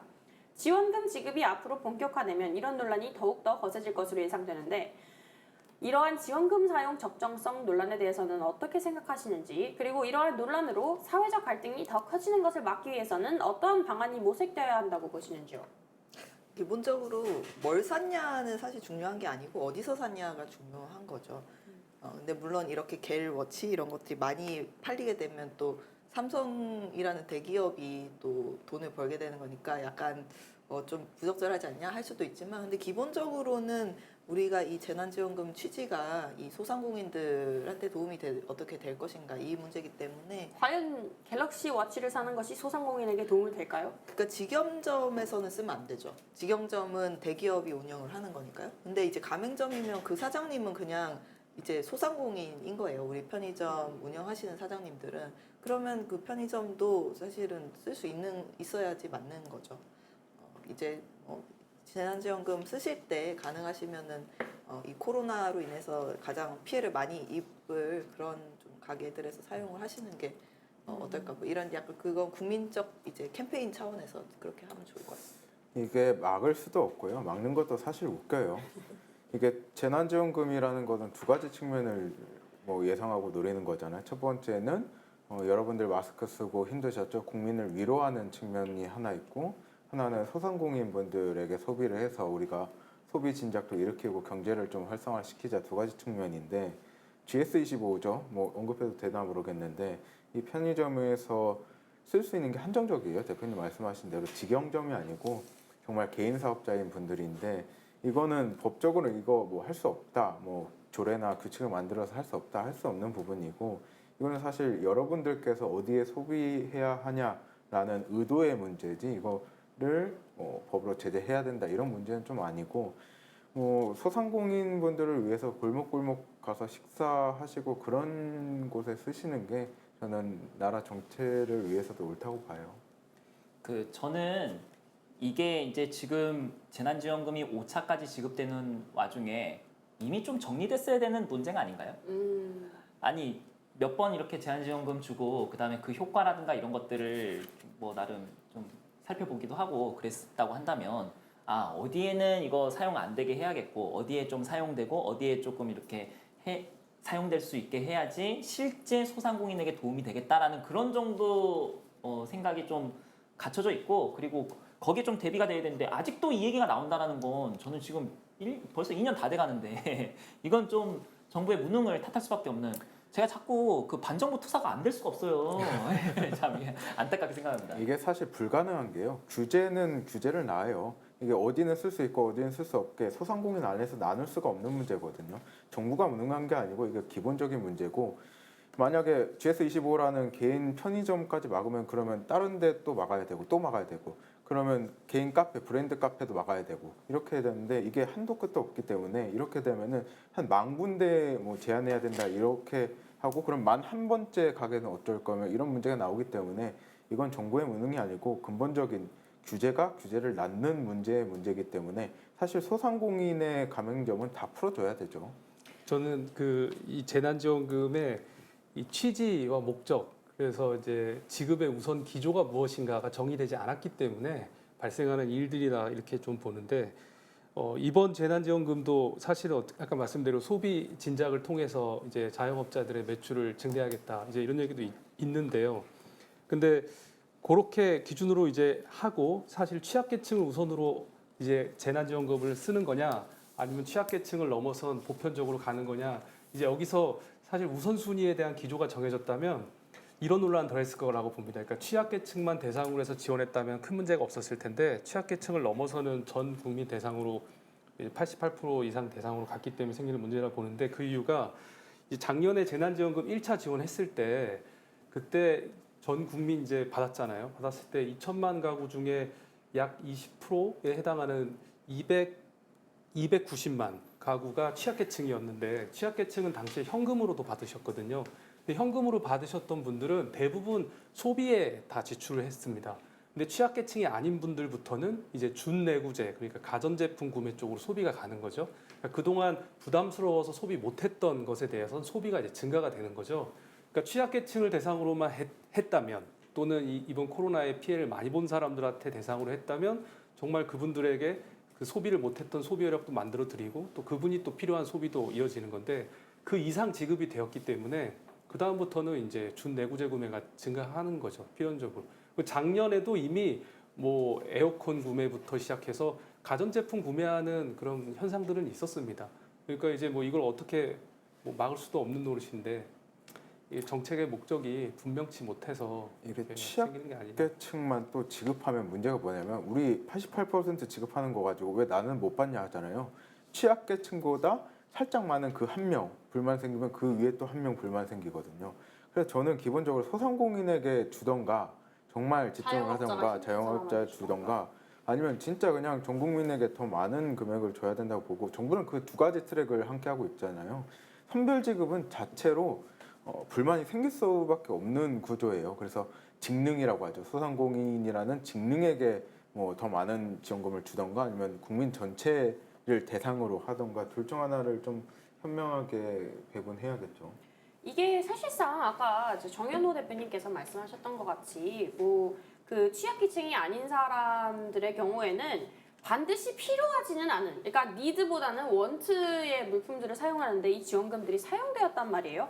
그래서 이제 그거에 따라서 전국진 위원장님께서 말씀하신 건 이게 어디에 사용되는지 어느 정도의 규제는 필요하다 이렇게 말씀을 해주셨는데 또 이제 박영훈 위원님께서는 그건 좀 아니다 이렇게 말씀을 해주셨어요. 근데 이제 그렇게 생각하면 우리가 이제 국가에서 지급하는 지원금들이 여러 가지가 있죠. 그 중에 하나가 결식 아동 지원금이 있는데요. 이 결식 아동들이 같은 편의점에 가서도 사 먹을 수 있는 도시락이 따로따로 있는 거 아십니까? 정해져 있습니다. 결식 아동들이 먹고 싶은 걸 다 먹고 싶은 게 아니에요. 그 돈 안에서도. 그러니까 이런 거는 이렇게 잘도 이거는 안 되고 이건 된다 이렇게 규제를 하면서 이게 결국에 이제 박영훈 의원님께서 말씀하신 것도 이게 진짜로 필요한 자영업자나 이제 실업자나 비정규직 노동자 같이 이번에 코로나 거리두기나 영업 제한으로 직접적인 피해를 입으신 분들 위주로 도와줄 게 아니라면 전 국민에게 지급을 했어야 되는 게 옳은데 왜 그런 식으로 하지 못했느냐. 참 정부의 대처가 아쉬운 부분입니다. 자, 여러분은 우리 시청자 여러분께서는 재난지원금 받으셨죠? 혹시나 이제 죄책감 때문에 재난지원금 못 받으신 분들 있으시면 꼭 받으세요. 결국에 어차피 받으시든 안 받으시든 저희가 이제 앞으로 갚아야 됩니다. 예. 안 받고 갚는 것보다는 받고 갚는 게 낫잖아요. 여러분도 부담 가지지 마시고 꼭 받으셨으면 좋겠습니다. 자, 이제 다음 토픽으로 넘어가 볼까요? 자, 요즘 가장 핫한 유행어를 꼽자면 아마도 무야홍이겠죠? 아까도 제가 채팅창에서 좀 봤습니다. 이제 무야홍을 아프리카 어딜 가나 무야홍 외치시는 분들이 계십니다. 이제 국민의힘 대권 주자인 홍준표 의원이 매서운 상승세를 보이고 있는 반면 최근 고발 사주 의혹으로 또 한 번 논란의 중심에 서게 된 윤석열 전 총장의 대세론이 흔들리며 국민의힘 대선 판도가 요동을 치고 있습니다. 어떻게 하면 좋을지 모르겠습니다. 이제 6개월 대선까지 6개월 남았는데 아직까지 내란이 분분하고 있어요, 지금. 지금부터는 국민의힘의 대선 표심을 분석하고 향후 변화를 예측해 보도록 하겠습니다. 부동의 1위를 유지하던 윤석열 전 검찰총장이 대선 후보 적합도 조사에서 홍준표 의원에게 1위를 내어주게 되었습니다. 9월 9일 RN서치가 실시한 국민의힘 대선 적합도 조사에서 홍준표 의원이 36.5%를 기록해 26.5%를 기록한 윤 전 총장을 10포인트나 앞서게 된 것인데요. 10%나 앞서게 된 것인데요. 이강 구도가 형성되자 윤 전 총장 측은 홍준표 의원의 지지율을 역선택 효과로 폄하하고 홍준표 의원 측은 외연 확장 능력이라고 자평하고 있는 상태입니다. 지난 6월 말 정치 선언을 한 후 3개월이 채 안 되는 기간 동안 윤 전 총장의 지지율이 계속해서 하락해 왔는데 최근 인터넷 언론인 뉴스버스의 고발 사주 보도가 전국을 강타하며 지지율이 더욱더 빠른 속도로 빠진 것으로 보입니다. 이러한 홍준표 의원의 상승세와 윤석열 전 총장의 하락세 원인이 어디 있다고 보시나요? 우리 정국진 원장님께서 먼저. 예, 윤석열 지지를 공식화한 정국진입니다. 예, 제가 먼저 말을 좀 이렇게 하게 된 거예요. 윤석열 총장 얘기를 할 때마다 제가 점점 이 방송에 출연하는 횟수가 늘어나면 늘어날수록 뭔가 내가 쉴드를 더 많이 막중한 임무를 가지게 쉴드를 돼요. 더 열심히 쳐줘야 될 것 같고 그 다음에 뭔가 내가 말해야 될 게 많아지는. 그 전에는 그냥 우리 압도적인 1등인데 뭐 어쩔 거임? 약간 이런 게 가능했는데 살짝 거만한 그런 것이 있었죠. 그러니까 어쩔 수 그랬는데 없었죠. 지금은 그게 안 되는. 그래서 여러분들 앞에서 특히 지금 방송 보시는 분들 중에서 무야홍 이런 분들이 되게 많거든요. 제가 매일같이 방송을 하면서도 맨날 들어와가지고 하는 말이 홍준표 나까지 이제 홍준표로 이렇게 영업하려고 하는 놈들이 있어요. 그래서 홍준표는 2번 이러면서 그죠? 그러니까 그런데 이제 그때마다 저는 홍준표는 본선 가면 필패 카드다. 지금 민주당 쪽에서 윤석열이 제일 무서우니까 윤석열에 대한 공격을 집중하는 거고 민주당 쪽에서 지금 홍준표 공격하는 거 본 적이라도 있느냐 제대로. 아예 견제 대상도 안 되는 거 아닐까요? 그러니까 이제 뭐 그런 거고 그다음에 실제로 홍준표가 만약에 국민의힘 후보가 된다 그러면은 그때 이제 온갖 화력을 다 퍼붓게 되면은 홍준표 후보가 지금은 좀 이렇게 높은 것처럼 보이지만 결국은 떨어질 수밖에 없다. 이제 저는 그렇게 이야기를 하고 있습니다. 근데 지금 시청자 채팅에서 제가 읽은 건데 이제 문재인으로 안 되니 윤석열로 가고 윤석열로 안 되니 홍준표로 가지 홍이 잘해서 그러는 거 아님 이렇게 말씀하시는 분들이 있어요. 근데 어느 정치인이든 다 약간 pros and cons이 존재하잖아요. 뭐 잘한 것도 있고 못하는 점이 있고. 근데 여러분은 그 부분에 대해서 어떻게 생각하세요? 방금 그 영어를 제가 못 알아들었어요. 뭐요? pros and cons 그러니까 장점과 단점이 있다. 프로 앤 콘스. 죄송합니다. 네. 콩글리시 발음. 저희 해외 파세요 우리 감독님. 죄송해요. 저도 방송 모르게. 시작할 때 시즌 3도 발음이 우리랑 조금 살짝 다르고. 저는 네네. 이렇게 봅니다. 윤석열 총장이 최근에 고발 사주 의혹 이런 것으로 이제 이슈 속에 계속 이제 안 좋은 이미지가 계속 이렇게 덧붙여지고 그러면서 사람들이 이렇게 생각하지 않았을까? 이분이 이제 정치권에 계속 있었으면 이분의 모든 과거 행적들이 투명하게 다 보여져 있었을 텐데 그동안 이제 검찰 안에 계셨기 때문에 우리가 몰랐던 것들이 자꾸 등장하는 거 아닌가라는 생각 속에 계속 안 좋은 생각이 더 확산돼 가고 있는 거 아닌가. 근데 그런 반면에 홍준표 대표가 그 국민의힘 내부의 그 인터뷰 최근에 있었잖아요. 인터뷰할 때 보니까 준비가 많이 된 듯한 모습을 좀 보여주시더라고요. 아무래도 경력직이시니까요. 그러니까 뭐 일단 말투도 좀 옛날보다 좀 천천히 좀 속도 늦추셨고 좀 침착한 이런 모습. 그 다음에 여유. 그러니까 옛날에는 누가 이렇게 말 걸면 자기 생각이 다르면 이제 반격도 하시고 그랬는데 살짝 까칠하셨죠. 이제는 뭐 웃으면서 넘긴다든가 약간 좀 다른 이미지를 보여주고 또 안정된 이미지 이런 거 보여주면서 그동안 뭐 말도 많고 탈도 많았지만 그래도 이제 차라리 저렇게 오랫동안 정치 활동을 했던 사람이 낫지 않겠느냐라는 생각이 강화되고 있기 때문에 지지율이 올라가고 있는 거 아닌가. 저는 홍준표 의원 별로 안 좋아하는데요. 이야 30대요. 정말 좋아하는 사람이 거의 없어요, 사실. 그러니까 되게 올드 마초고 가부장적이고 뭐 여러 가지 뭐 그래서 되게 안 좋아하긴 하는데 근데 보면은 확실히 재밌고 그런 어떤 나름의 매력은 있어요. 이게 개그맨 하려고 했다고 하셨잖아요. 귀여워요 그리고. 맞아요. 그러니까 이제 얘기하는 거 보면은 되게 웃기기도 하고 재밌고 그런데 아니 근데 이게 이분이 개그맨이 아니라 대선 후보시니까 이제 진지 모드로 들으면 이제 참 이렇게 되는 거죠. 근데 확실히 홍준표 후보가 어쨌든 그 매력이 있는 것 같아요. 그리고 이제 무야홍 이런 유행어가 많이 이제 널리 유포되는 것도 그런 캐릭터랑 사실 맞아떨어지기 때문에 그러니까 젊은 기성세대한테 좀 많이 어필이 가능한 것 같아요. 근데 이제 이 개그맨스러움은 사실 비단 홍준표에게만 해당이 되는 것이 아니라 우리 윤석열 전 총장님께서도 굉장히 좀 윤석열 총장님 노잼인데. 아니 근데 그러니까 그걸 하려고는 노력을 하세요. 근데 그게 노잼이니까 문제가 되는 거예요. 그 보통 이제 홍 대표가 이제 예전에 일전에 얘기한 건 이제 정치도 국민들을 즐겁게 할 수 있어야 된다. 이 사명감을 갖고 있는 건데 대략 정치인들 가끔씩 보시면 국민들을 좀 즐겁게 해야 된다라는 가치를 가지신 분들이 좀 있어요. 그래서 좀 재밌게 발언도 하시고 하는데 그래 뭐 그런 점들이 좀 지금은 매력으로 보이는 게 아닌가. 옛날에는 뭐 꼰대 이미지도 갖고 있었다고 보였는데 요즘은 꼰대 이미지로 비춰지지는 않는 거 같거든요. 그 예전에 이게 혹시 무한도전이라는 프로그램 아시나요, 여러분? 네네네. 근데 무한도전에 이제 박명수라는 그 개그맨 분이 네네네. 계셨어요. 그분이 그 당시에는 항상 투덜거리고 불만이 많고 사람이 화가 많고 이렇게 사람들이 이제 좀 안 좋게 평가를 하다가 이제 세월이 흐르면서 시대가 좀 바뀌었죠. 시대가 바뀌고 나서 박명수의 어록들이 다시 집중되기 시작합니다.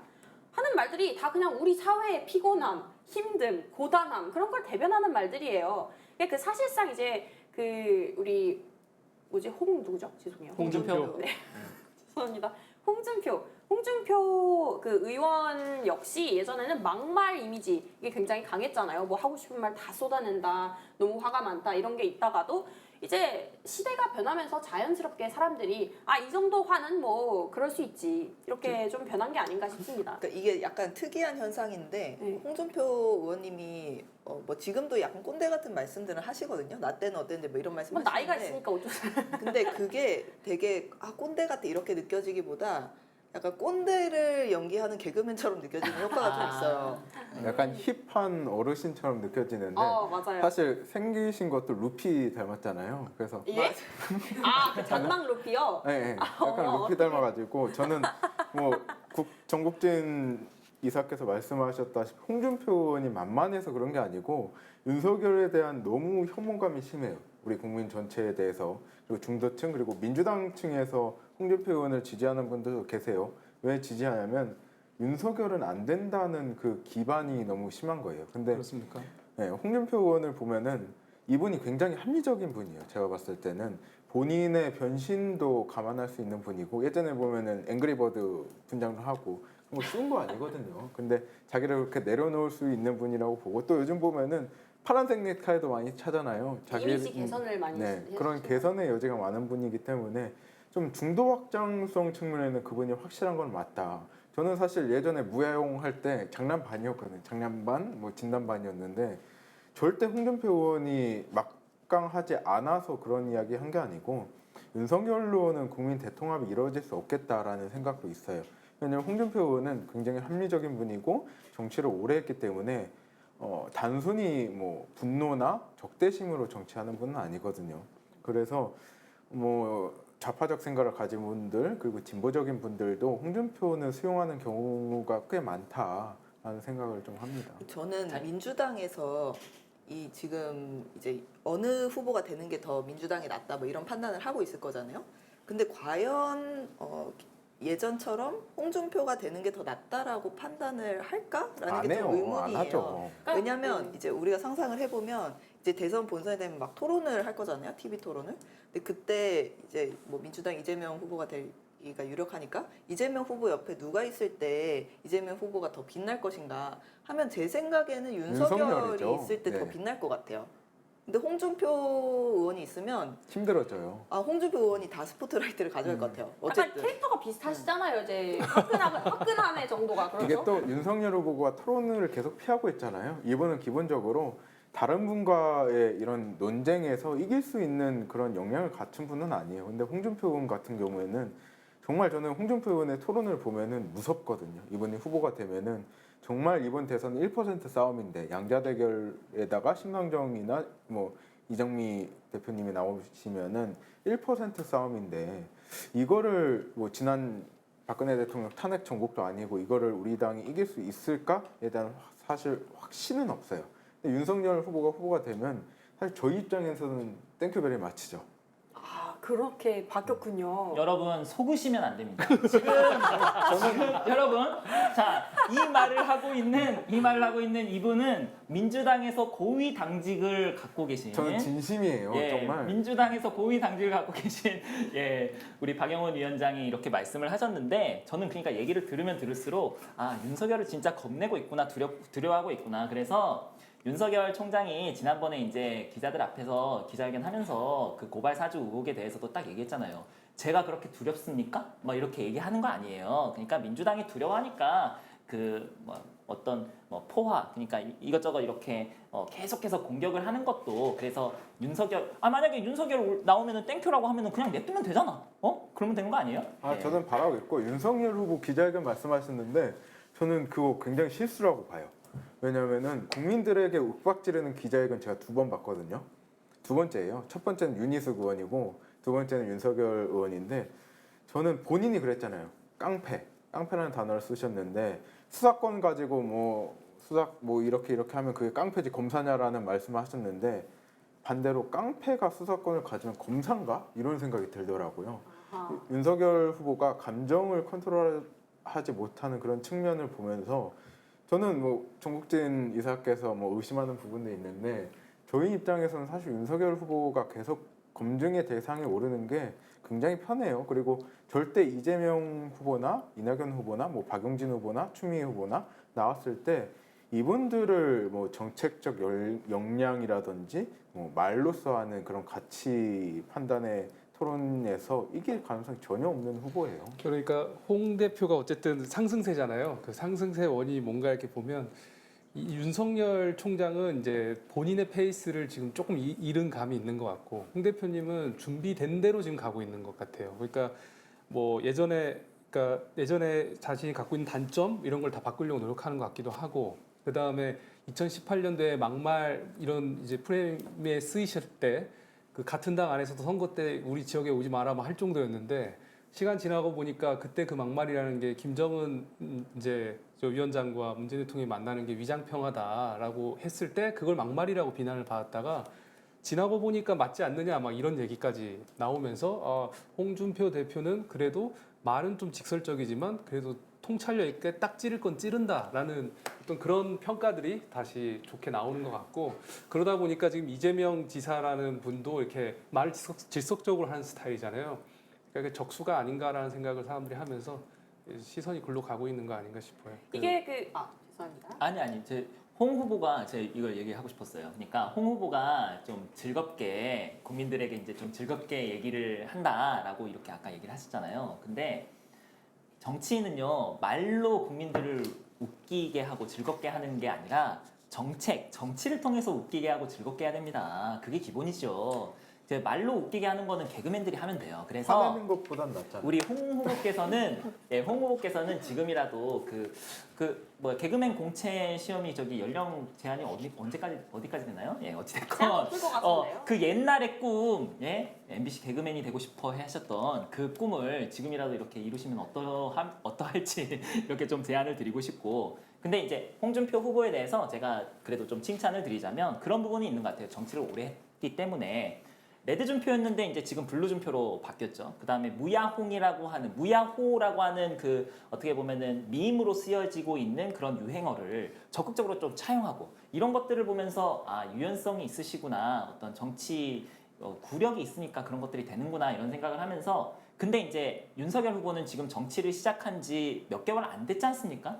정치 시작한 지 몇 개월 안 됐는데도 불구하고 지지율이 이 정도에서 선방하는 거고 그리고 짧은 기간 동안에 정치를 빠르게 익혀가면서 굉장히 좀 처음에는 불안했는데 지금은 좀 어느 정도 또 안정적이어 보이는 그런 부분들도 있거든요. 그래서 시간이 가면 갈수록 윤석열 후보의 어떤 진면목이 그리고 매력이 나타날 것이라고 저는 그렇게 생각합니다. 저는 그 박 위원장님이 그래도 홍준표 대표한테는 호의적인 평가를 내려주시는 것 같네요.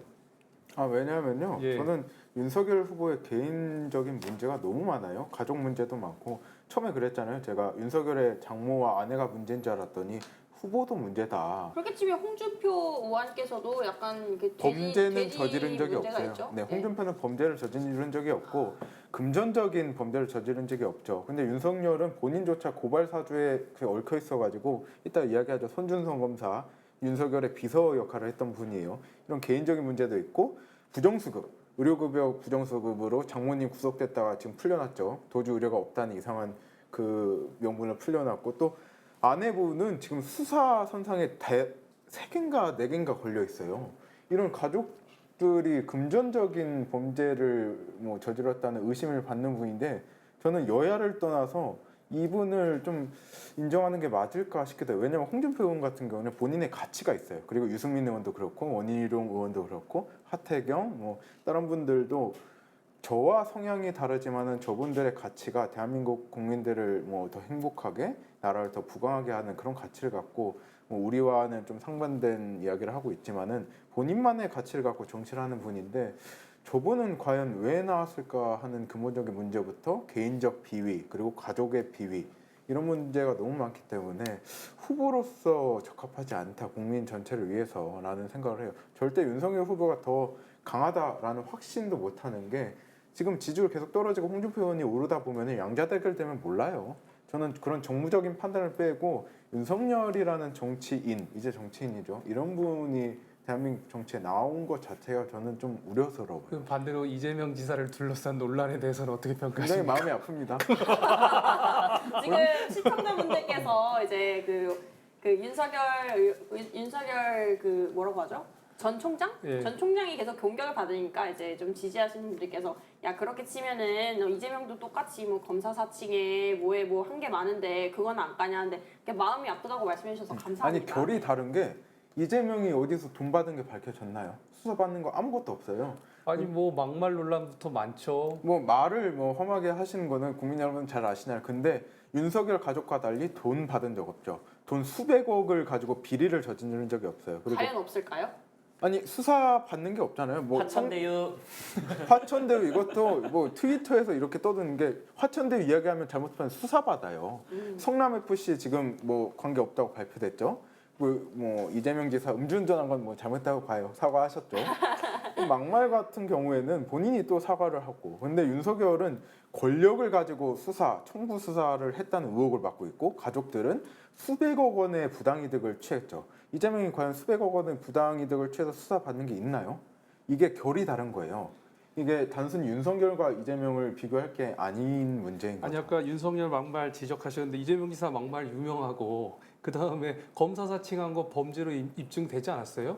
검사 사칭 그 내막을 알면 그런 이야기 못. 그러니까 내막을 얘기하시지만 죄가 성립이 돼서 죄값을 치른 흔적들이 있는 거죠. 그리고 나서 지나고 나서 사죄를 한 거고 아직 윤석열 총장은 지금 본인에게 죄가 지금 성립된 건 없잖아요. 그러니까 그냥 의혹이지. 의혹 덩어리인데 저는 그 평가가 이게 다를 수 있는가 이제 생각이 드는 거죠. 사실 뭐 가족이 헤쳐먹는 건 정치권에서는 워낙 저명한 일이고 사실상 그 민주당 쪽에서도 이제 본인은 죄가 없지만 가족들이 문제가 되어서 실제로 안 좋은 결과가 있으셨던 분들도 솔직히 계시거든요. 이제 제 생각에는 MC인 중립을 지키자는 제 입장에서는 솔직히 이쪽이나 저쪽이나 제 눈에는 똑같이 보인다. 그렇게 서로 흠을 잡고 그럴 네거티브만 가지고 이제 경쟁을 하기에는 양쪽 다 그렇게 떳떳하지는 않지는 않나 이런 생각이 그러니까 이제 듭니다. 저는. 그 현재 여권에서는 이제 야권 1위 주자였던 윤석열 총장에 대해서 이게 안 좋은 흠들은 다 이렇게 공격할 그런 자세는 다 취했던 것 같고요.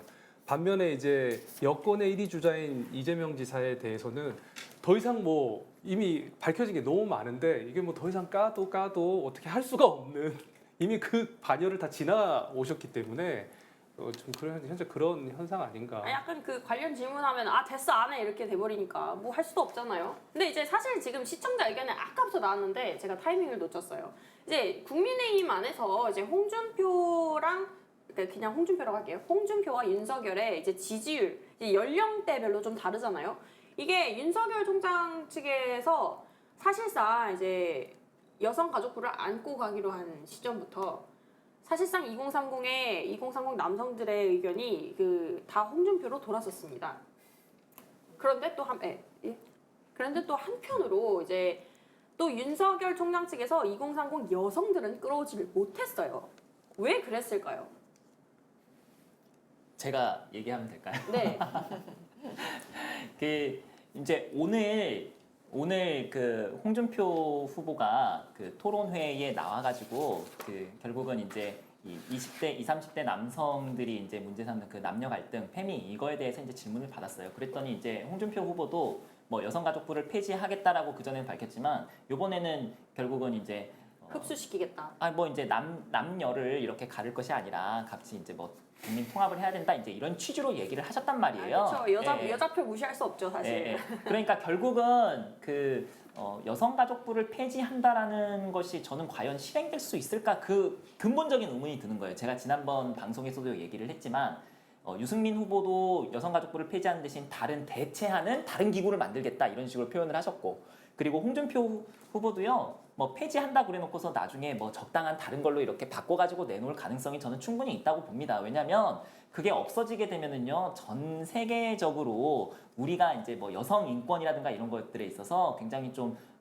딸려 보이는 그러니까 부족해 보이는 그런 이미지를 우리가 전 세계에 이렇게 과시할 필요는 전혀 없는 거거든요. 그래서 아니, 이미 여성 단체가 굉장히 많아요, 이 나라에는. 예, 그래서 이제 제가 드릴 수 있는 말씀은 뭐냐면 이 결국은 어느 분이 대통령이 되건 간에 이 남녀의 어떤 그 갈등 문제를 어떻게 해소할 것인가에 좀 초점을 두고서 거기에 이제 진정성을 갖고 있는 그런 후보가 대통령이 좀 되셨으면 좋겠다는 생각을 하고요.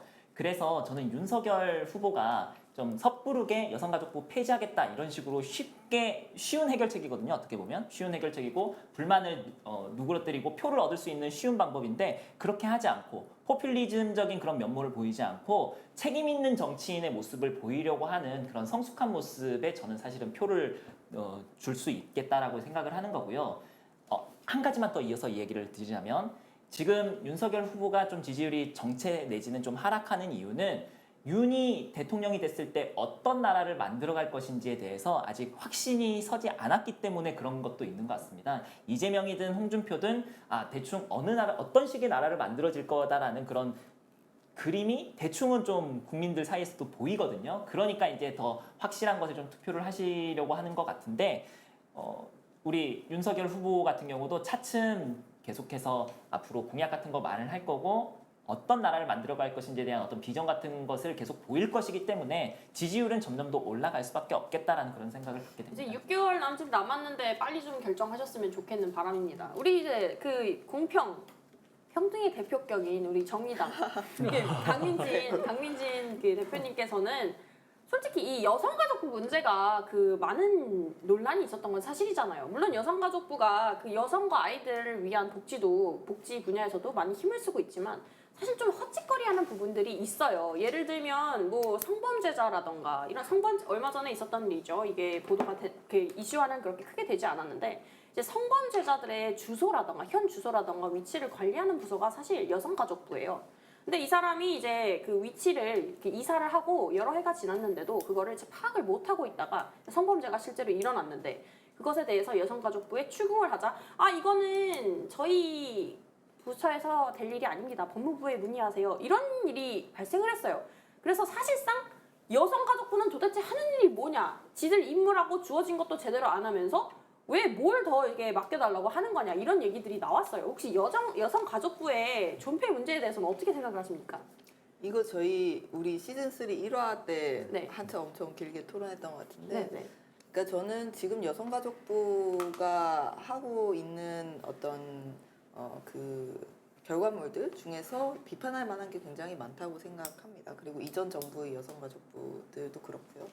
근데 이제 사실 뭐 우리가 지금 제일 많이 비판받는 게 기재부 그리고 이제 국토부 부동산 집값 상승 때문에 또 이제 노동자 산재 뭐 이런 관련해서 고용노동부가 제 역할을 안 한다 뭐 이런 비판들 많이 하는데 뭐 그런 비판 일을 제대로 못한다 또는 이제 어떤 국민들에게 필요한 사업보다 필요 없는 어떤 쪽으로 더 치우쳤다 라는 비판의 대상이 되는 부처들이 굉장히 많단 말이죠. 근데 이제 무조건 그 부처를 다 폐지시키자 이렇게 얘기하지 않는 것처럼 뭐 여성가족부도 이제 그 동일하게 좀 평가를 해야 되지 않을까 싶고요. 그리고 이제 아까 홍준표 의원 얘기가 나와서 이제 제가 홍준표 의원이 여가부 폐지 얘기를 했는지는 몰랐는데 이게 흡수 쪽으로 다른 네. 쪽으로 다른 부서랑 흡수 합방하자 이쪽으로 의견을 냈습니다. 네, 이제 약간 다른 얘기지만 저는 홍준표 의원의 그 캐릭터랑 사실 지금 2030 남성 그 국민의힘 지지자 2030 남성들하고는 약간 좀 다르다고 생각이 들어요. 왜냐하면 홍준표 의원은 약간 올드 마초거든요. 그러니까 어떤 의미냐면 이제 홍준표 의원이 이런 말들을 했는데 내가 술집 그 여자 나오는 술집에 30년 전 30년 전까지만 갔고 그 이후에는 안 갔다 이런 말을 했어요. 근데 사실 2030 지금 남성들이 국민의힘 지지자 분들이 술집 그 여자 나오는 술집 이런 거는 사실 용납을 안 하잖아요. 요즘 세대는 2030 여자들이요? 아니 남자들이요. 아니 왜 갈 사람 가죠? 이제 아니, 그러니까 원래 돈 많고 그러니까 시간 각 남으면 한 일반적인- 번씩은 예, 가봅니다. 일반적으로는 국민의힘 지지자고 뭐 여성가족부 폐지에 찬성을 한다고 하더라도 요즘 세대 남자들은 그런 거는 이제 별로 찬성을 안 한단 말이에요. 거부감을 아, 그래요? 가지죠. 네. 아니 거부감은 가지는데 저는 솔직히 이렇게 생각합니다. 정말 솔직하게 톡 까놓고 얘기해서 여자들도 호기심에 호빠 가보는 경우가 있고 남자들도 호기심에 한 번쯤 가볼 수도 있고 저는 그렇다고 생각을 하거든요. 아니 뭐 저는 뭐 네. 거기에 대해서 평가를 하고자 하는 게 네네네. 아니라 그러니까 요즘 남자들이 가지는 어떤 세대 차이, 그러니까 남성들 사이에서도 세대 차이가 있다는 얘기를 하는 건데 요즘 남자들은 그 상대적으로 그런 어떤 그 성매매 문제라든지 또 이제 홍준표 의원이 이런 얘기도 했어요. 이제 나는 세상 일을 하는 사람이다. 집안일은 다 아내가 정권을 가지고 있다.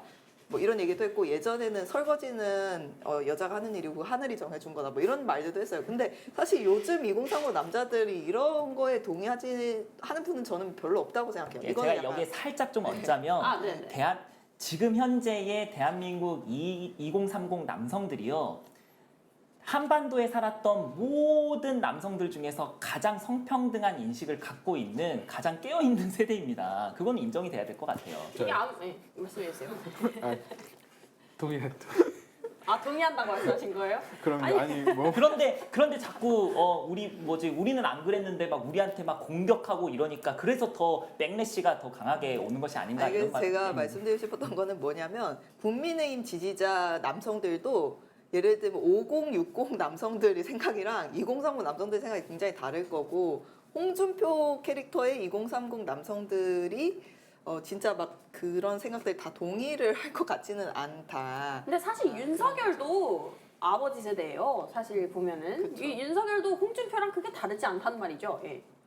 근데 또 그런 이제- 말들을 막 직설적으로 하진 않으니까요. 아니 저는 기본적으로 네네. 홍준표 의원이 2030의 지지를 받는 게 처음에는 2030의 지지를 윤석열 후보님께서 받으셨어요. 이게 옮겨온 거지.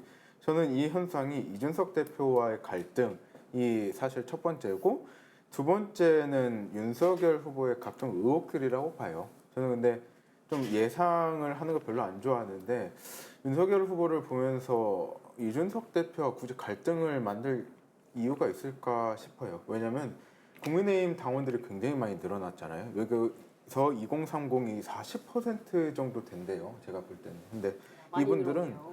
이준석 대표를 보고 들어온 거예요. 근데 이분들은 또 투표할 확률이 가장 높은 분들이고 근데 윤석열 후보가 이분들과 척을 지고서는 대선 후보가 될 수가 없어요. 그래서 홍준표 의원이 될 가능성이 굉장히 높아졌다고 생각하고요. 홍준표 의원이 뭐 잘해서 지지를 2030을 받는다라고 보기에는 좀 무리가 있다고 생각하는 게 윤석열의 반사 이익을 좀 봤다고 생각해요. 이제 국민의힘 대선 경선에 찬물을 끼얹고 있는, 그러니까 가장 핫 이슈죠. 이제 고발 사주 의혹에 대해서도 좀 이야기를 나눠보고 싶은데요. 이 고발 사주 의혹의 제보자임을 밝힌 조성은 전 미래통합당 선거대책위원회 부위원장이 한 달 전 박지원 국정원장을 만난 사실이 알려지며 논란이 더해졌죠. 범여권으로 분류되는 박지원 국정원장의 연루설이 나옴에 따라 국민의힘에서는 이를 박지원 게이트이자 정치 공작, 야당 탄압이라고 맞서고 있는데요. 이 사건에 대해서는 어떻게 해석하고 계시는지, 그리고 이 사건이 대선 판도에는 어떠한 영향을 미칠 것으로 전망하시는지 이미 많이 영향을 미친 것 같습니다. 제가 먼저 이야기를 할까요? 네네. 제가 여기 전문가인데요. 그랬어요? 오. 네, 왜냐면 이거 관련된 논평도 뭐 한 번 내고 그랬어요. 오. 밝혀진 사실을 보면은 손준성 검사가 김웅 의원에게 전달을 했죠. 고발장과 관련 내용들을. 그거를 그 조성은 네, 조성은이라는 여자분인데 그분 혼자만 받았을 수도 있고 다른 분들이 받았을 수도 있어요. 근데 손준성이라는 분이 어떤 분이냐면 윤석열 총장이 당시 검찰총장이었을 때 그분의 대외적인 업무 그리고 대내외적인 업무를 총괄해 주시는 비서실장 격이에요. 수사관이었잖아요. 정책관인데 정책관의 역할이 그거거든요. 과연 이 과정에서 윤석열 검찰총장이 관계가 있느냐 없느냐는 사실 밝혀지지 않았어요.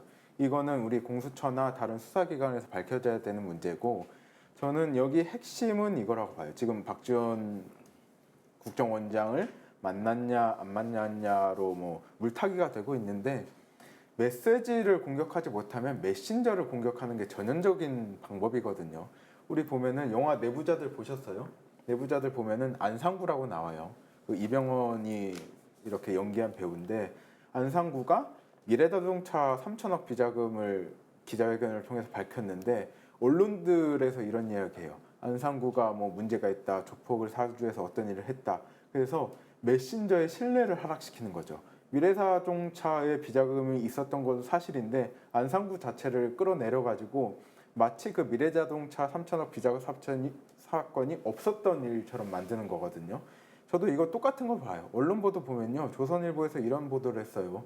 마세라티 네티즌 주목하고 있다.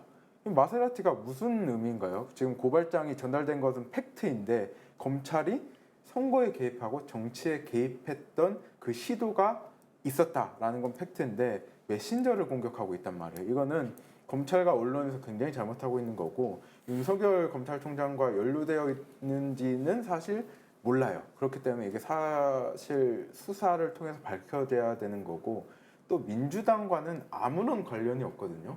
조성은이라는 분이 미래통합당의 공천관리위원을 했고 김웅 의원도 국민의힘 의원이고 손준성 검사도 윤석열의 비서실장 격인 검사이고 이게 국민의힘 내부의 일인데 왜 박지원을 끌어들여서 야권 탄압이다 이런 프레임을 씌우는지 모르겠어요. 아니 근데 그 프레임 자체는 사실 원래는 얘기도 안 나왔을 수도 있는데 이제 조성은 씨가 우리 원장님 언급을 뉴스에서 함으로써 이게 본격화되기 시작했거든요. 그건 조성은 씨 개인을 탓해야지 사실 국민의힘을 탓할 건 아니라고 봅니다. 이게 문제인 거죠. 박지원 지금 전 의원은 국정원장이지 않습니까? 근데 그렇죠. 국정원이라는 조직 자체는 사실 드러나지 않는 역할을 하는 게 본연의 원래 역할이고 우리 정치사에서 국정원의 뭐 댓글 조작이니 이런 것 때문에 얼마나 국민들이 분노했어요. 국정원의 정치 개입에 대해서. 그런데 현재 국정원장을 하고 있는 분이 어떻게 보면 아직 조성은 씨라고 하는 사인을 만난 거지 않습니까? 아무리 친분이 있다 그래도. 근데 이 이슈가 터진 시점과 국정원장과 만난 시점이 얼추 비슷하지 않습니까? 그러니까 아니 어떻게 국정원이라는 조직의 수장이 이 정치 개입, 이 정치의 이 무대에 다시 등장이 되며 또 거기서 이런 파장이 만들어지는 한가운데 왜 있게 되느냐. 이것을 보고 이제 사람들이 야, 이거 뭐 큰 사건 아니냐고 이제 분노를 하는 거죠. 또 하나의 어떻게 보면 정치 공작처럼 비춰지기도 하고, 왜냐하면 지금 여론의 파장이 어마어마하고 사실 꽤 많은 영향을 끼치고 있잖아요. 이 지금 정치 지형에도. 그리고 윤석열 총장에 대해서 지지율도 다 타격을 받고 있는 건 맞는 거고요. 그러니까 당연히 이게 이제 야당 탄압 아니냐 이런 얘기가 그래서 나오는 거죠. 검찰이 여권의 인사들을 고발했다는 사실은 변하지 않아요. 박지원 원장을 만났다는 것은 굉장히 조성은 씨 개인에게는 큰 실수라고 보고요. 근데 이 사건을 보면은 뉴스버스 발행인조차 보수 쪽 사람이에요. 민주당은 사실 아무런 관련 없이 가만히 지켜보고 있는데 본인들끼리 폭로하고 싸우는 거예요. 저는 조성은 씨의 의도나 뭐 박지원을 만났다는 그 사실은 중요하지 않다고 보고 헌정사상 최초예요. 검찰이 선거를 앞두고 여권, 민주당과 관련된 사람들을 고발했다. 이거는 전 처음에 믿지 않았어요. 저 이거 처음 보도될 때 기자들하고 밥을 먹고 있었는데 저는 항변을 했거든요. 이거는 정말 사실일 리가 없다. 검찰이 정치에 직접 개입하고 고발을 사주하냐. 이거는 청부살인과 같은 청부 고발이다라고 변호를 했는데 정황 증거 그리고 손준성 검사의 텔레그램이 사실인 것으로 밝혀졌죠. 그리고 전달하고 국민의힘에서 또 고발이 들어간 과정을 보면은 헌정사상 헌정유린이다. 저는 이렇게 보고 있어요. 국정원장의 개입도 사실로 들어가면 그것도 헌정유린 아닌가요? 국정원장이 직접 뭐 고발해라 말라 개입한 게 아니고 코칭을 했다면 그건 정말 큰일 아닌가요? 코칭의 여부와 떠나서 검찰이 정치 선거에 개입했다는 게 더 저는 크다고 봐요. 그러니까 지금 이 상황이 뭐 검찰이 잘못했으면 국정원, 그러니까 뭐 만약에 둘 다 잘못이 실제로 있었다, 국정원도 잘못했고 뭐 검찰도 잘못했다라는 게 드러난다고 해서 뭐 국정원이 잘못했으니까 검찰이 괜찮고 검찰이 잘못했으니까 국정원이 둘 다 괜찮고 잘못한 이건 거죠. 아니잖아요. 네, 그렇기 때문에 저는 좀 이 사안이 너무 지금 정쟁으로 돼서 좀 본질이 계속 가려진다는 생각이 많이 드는데 세 가지 포인트가 있는 것 같아요. 첫 번째는 이제 이 고발장 누가 작성했고 어떻게 국민의힘에 전달이 됐고와 관련한 이 검찰과 관련한 이 문제, 그리고 두 번째는 그러면 이거를 누가 어떤 의도로 폭로를 하는 것인가, 거기에 이제 국정원과 뭐 연관이 있냐 없냐, 뭐 이게 문제가 두 번째 있는 거고, 마지막으로 이제 공수처 문제가 있죠. 공수처에서 이제 윤석열 전 총장을 수사하는 그게 대한 어떤 과정이라든지 뭐 그 수사의 적절성 뭐 이런 부분이 있을 거고, 근데 이제 이 세 가지를 다 따로따로 놓고 적절성을 판단을 해야 되는데 지금은 이 한쪽에서 검찰, 국정원 이렇게 되는 것 같아서 좀 굉장히 어지럽다. 그 이런 논의가 어떤 국민들의 오히려 좀 더 혼란스럽게 만들지 않을까. 사실상 이제 강민진 대표님께서 말씀하시는 게 이제 대부분의 사람들이 사실 이게 무슨 상황인지 잘 모르거든요. 이게 사람들이 자꾸 이제 도대체 이게 무슨 얘기야? 뭔가 게이트가 있다는 건 알겠는데 이 상황 파악도 제대로 못 하시는 분들이 많아요. 너무 이게 일반 개인이 보기에는 사실 검찰이 잘못을 더 했건 아니면 저기 어디죠? 국정원? 국정원 쪽이 더 잘못을 했건 뭐 누가 더 이게 똑같아요. 이제 누가 잘못했든 양쪽 다 잘못한 거 아니냐 이런 부분이 더 많아요. 그러니까 양쪽 다 잘못했으면 다 수사를 받으면 되는 거죠. 그러니까 지금 이제 검찰이 이제 고발 사주를 이제 이 김웅 의원한테 부탁하고 뭐 처리가 됐다는 이 전 과정에 대한 의혹은 이제 수사를 해야 된다는 입장에 동의를 하고 있는 거죠. 국민의힘 쪽도. 그리고 저기 윤석열 총장도 입건해서 수사하자 뭐 이런 입장인 거고. 그럼 이제 반면에 그럼 박지원 국정원장으로 인해서 이것이 파장이 일어난 건 아니냐라는 이 의혹도 마침 수사 대상이 돼야 된다 이런 얘기가 굉장히 합리적인 제기고요. 네. 근데 이걸 봐야 돼요. 국정원이라는 기관이 움직인 게 아니고 조성은 씨가 조성은 씨가 박지원에게 가서 이런 사실을 이야기했을 가능성이 충분히 개연성이 있는 것 같아요. 근데 어느 정부와 달리 국정원이 민간인 사찰을 해서 이런 정보가 있다 이렇게 빼돌린 건 아니거든요. 조성은 개인이 이성동인가요? 뉴스버스?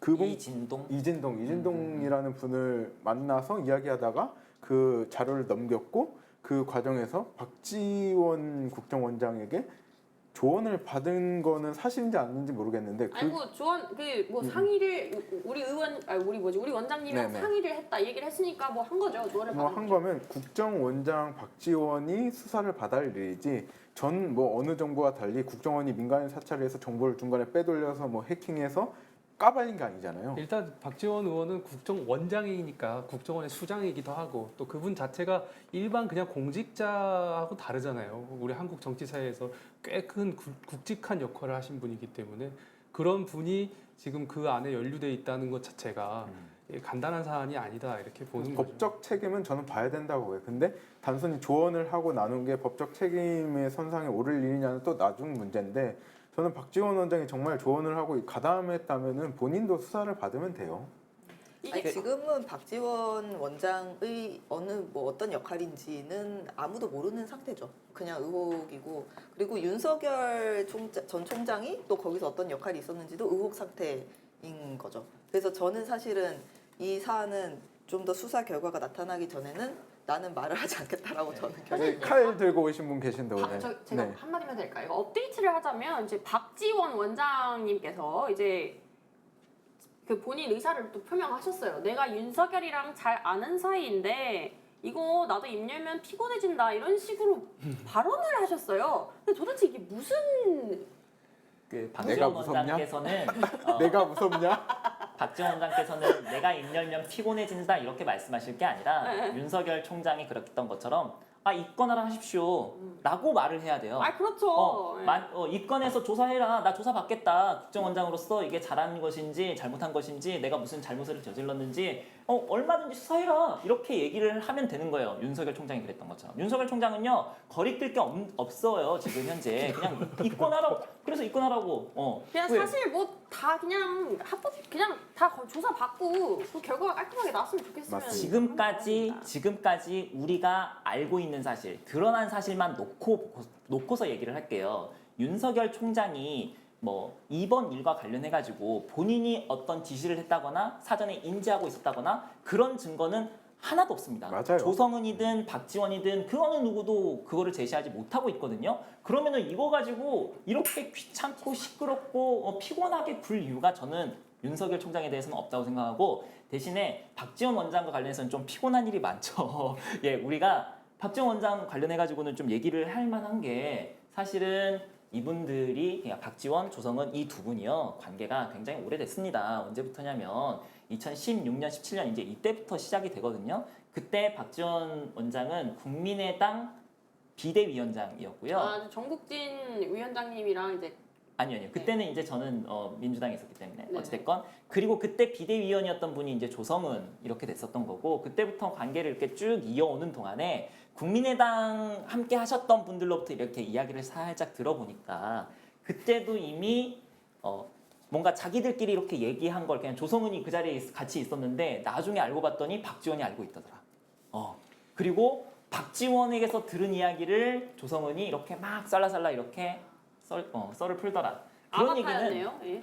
이미 그때부터 있었던 거고요. 그래서 조금 이제 표현이 이게 얼마만큼 맞을지 모르겠습니다만, 박지원의 정보원 역할을 조성은 씨가 했던 거고요. 그리고 더 나아가서 의심하시는 분들은 뭐냐면 박지원의 공작원 역할을 조성은 씨가 했다라고까지 얘기하시는 분도 있어요. 약간 대북 공작처럼.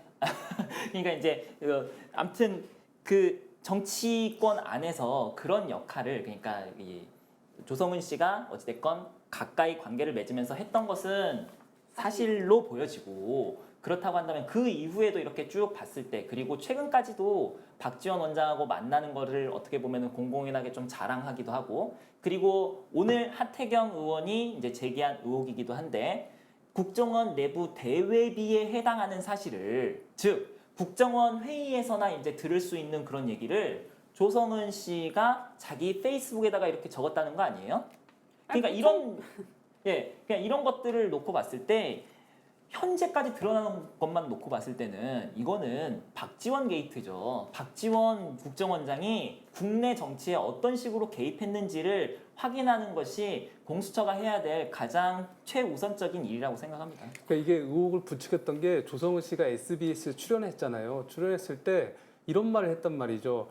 원장님과 제가 원하는 날짜가 아니었다, 이런 말이 그 의혹을 되게 부추긴 겁니다. 그리고 그러지 않았고, 그 언론사인가요? 인터넷 언론사가 치자라고 해갖고 했던 날짜와 나랑 원장님과 상의한 날짜가 맞지는 않았다라는 얘기를 했단 말이죠. 그런 게 의혹을 엄청나게 부추기고 있는 겁니다. 지금 원장님한테 혼나고 있을 것 같네요, 약간. 그러니까 이제 박지원 원장도 당황스러웠을 거고, 젊은 친구고 똑똑하다고 생각해서 자주 교류는 했지만 이번 사람은 나랑 무관하다 이렇게 얘기하시잖아요. 그러니까 저는 그걸 보면서 어떤 걸 좀 느꼈냐면, 보통은 이렇게 거리를 팍 두는 발언들을 정치인들이 많이 하시는데, 보호해주고 있구나라는 느낌을 저는 받았어요.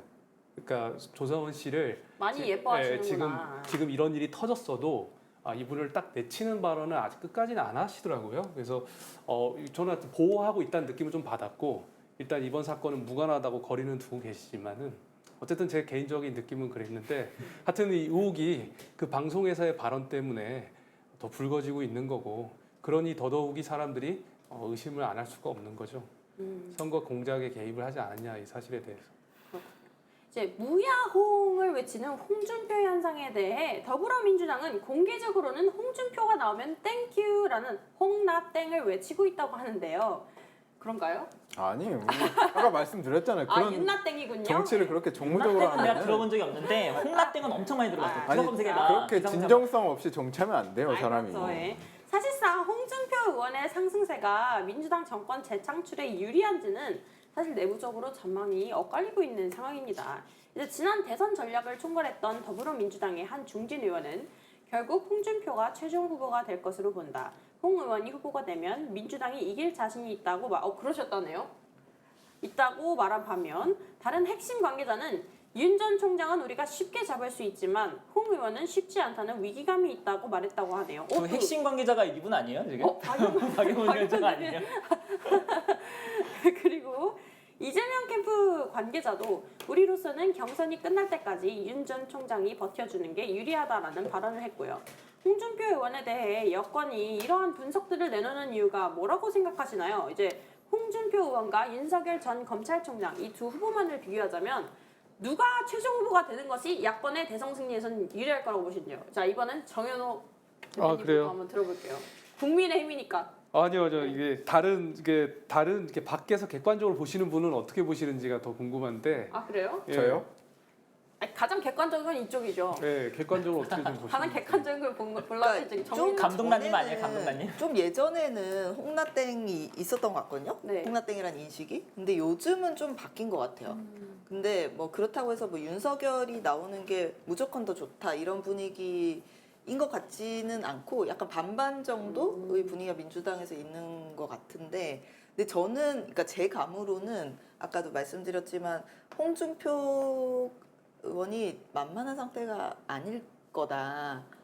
이 뭐 일을 몇 년 생각- 동안 준비하고 일을 갈고 나오셨다 보니까 아무래도 그렇죠. 그리고 이제 확실히 그 본선 때는 TV 토론이 많이 또 영향을 미치고 TV 토론 하면은 그게 맞습니다. 짤로도 많이 돌고 하잖아요. 근데 지금 홍준표 후보가 짤에 굉장히 강해요.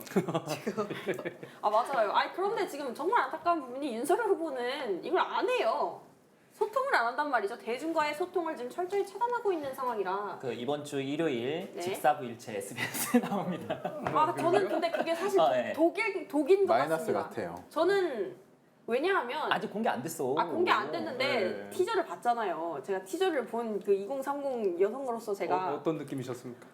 이게 굉장히 플러스가 아니라 마이너스 요인이 될 것 같은 그런 느낌을 받았어요. 굉장히 안 좋은 예감을 저는 받았거든요.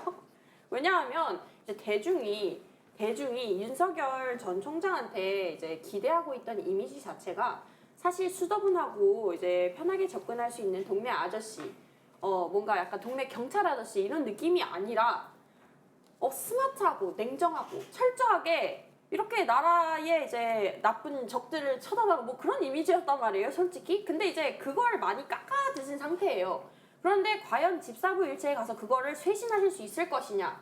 일상을 보여주시면서 그건 또 아니라고 판단이 되거든요. 우리 정국진 의원님은 그럴 때 어떻게 생각하세요? 그러니까 이제 대선 후보는 어떤 한 면만 보일 것이 아니라 이제 경우에 따라서는 정말 어떤 강직한 검사로서 멋진 모습도 보여줘야 되지만 그거는 사실은 이미 좀 많이 보여주기도 했죠. 그것과 이제 더불어서 그것과 이제 함께 해서 이 좀 어떤 부드러운 모습을 요구하는 유권자들도 실제 있거든요. 제가 얼마 전에 얘기를 들어보니까 너무 좀 권위적인 거 아니야? 뭐 쩍벌하고 뭐 이러면서 그렇게 얘기하시는 분도 계셨기 때문에 그래서 권위적이지 않은 인간적이고 소탈하지만 그러면서도 어떤 검사로서 대통령 후보로서의 어떤 중후한 멋도 가지고 있는 그런 거를 아마 종합적으로 원하는 것이 아닐까라는 생각이 들고, 근데 애매했어 이제까지는. 애매하게 어떤 캐릭터성도 확실하게 이렇게 만들어지지 않은 상태에서 그냥 네. 톨이에요. 약간 그런 식으로 뭔가 닭살 오글오글거리는 그런 느낌. 그러니까 맞아요. 소탈한 느낌은 좋은데 오글오글거리는 거는 또 이 MZ의 독이 되었죠. 네. 시간상 이게 좋지 않은 건데, 그러니까 그런 부분 오글오글거리지 않는 그 지점을 잘 포착해낸다고 한다면 너무 걱정할 것은 아니라는 생각도 좀 들고, 사실은 이제 윤 후보가 뭐 요리 같은 것들을 직접 만드는 것도 좋아하고, 그다음에 본인이 노래하는 것도 좋아하고, 그다음에 기본적으로 투머치 토크, 그냥 달변가라서 막 이야기하고 사람들이랑 이렇게 어울리는 거를 좋아하는 성격이기 때문에 토론을 하는 것에 있어서도요, 저는 크게 걱정하지는 않아요. 다만 이제 정치를 이제 시작한 건, 입문한 거는 이제 얼마 안 되는 것은 분명한 약점이에요. 근데 그게 약점이면서도 또 강점이 될 수도 있는 부분이기 때문에, 왜냐면은 어떤 고정관념에 치우치지 않고 어떤 정치적 사안을 바라볼 수 있다는 그런 장점도 있기 때문에, 우리가 토론회를 지금 어떤 우리도 편견을 가지고 볼 게 아니라 조금 기다려보고 토론에 실제로 임하는 모습을 보면서 이 사람이 진가가 이제 나타나느냐, 그 다음에 이건 조금 아무래도 봐도 안 되겠다. 이제 그거는 그때 가서 판단해도 늦지 않겠다라는 생각합니다. 그리고, 저는 둘 다 누가 되든 그 크게 차이가 없을 것 같아요. 이제는 예전에는 윤석열 총장이 되는 게 야당 승리에는 큰 도움이 된다 이렇게 평가가 됐는데 윤석열 총장님이 이제 좀 준비해야 될 거는 이미 공정과 정의의 상징으로 부름을 받은 사람이잖아요. 경제 비전과 사회 비전에 대한 준비가 얼마나 충분히 갖춰졌느냐 이게 윤석열 총장에는 지금 남은 과제인 것 같고 근데 홍준표 대표는 나름의 자기의 대안성이나 이런 것들은 준비가 된 사람이잖아요. 캐릭터 분명하고 이제 이분은 윤석열 총장과 다른 건 이제 윤석열 총장은 조금 그래도 상대적으로 신선하다는 거고 홍준표 대표는 좀 그렇지 못한 점인데 그러나 두 사람이 둘 중에 어떤 사람이 되더라도 여당에서 이재명 지사가 후보가 된다고 보고요. 그렇게 했을 때 게임은 두 개가 완전히 다를 것 같아요. 그러니까 홍준표 대표하고 붙을 때는 홍준표 대표가 얼마나 이재명 지사에 비하여 더 대안성이 있고 더 설득력이 있느냐 이걸 보여주는 싸움으로 갈 것 같고 윤석열 총장이 된다 그러면 윤석열 총장이 이제 정권 교체에 대한 주자로서 얼마나 대안 비전을 많이 갖춰서 왔느냐 요걸 국민들이 눈여겨 볼 건데 그러니까 누가 되느냐에 따라 게임의 관점이 완전 달라질 것 같아서 저는 뭐 누가 되든 큰 그 차이가 없을 것 같다 이제는 예전에는 좀 윤석열 총장이 많이 유리했다면 지금은 누가 되든 큰 차이가 없을 것 같다 그렇게 보고 있습니다. 그럼 마지막으로 이제 국민의힘 경선 결과를 이제 한 분씩 좀 예측해 봐 주셨으면 합니다. 이제 국민의힘 경선 일정을 보면 바로 내일 1차 컷오프로 8명을 선발하고 10월 8일 2차 컷오프로 4명 그리고 11월 5일 최종 후보를 선발하게 되는데요. 우리 2차 컷오프에서 어떤 후보들 4명이 선발돼요? 11월 누가 최종 후보가 될 것 같으신가요? 짧게 할게요. 네. 윤석열, 유승민, 홍준표, 최재형 후보가 결국 올라가고요. 오, 저도 그렇게 생각합니다. 왜냐면 나머지 분들 누군지도 몰라요.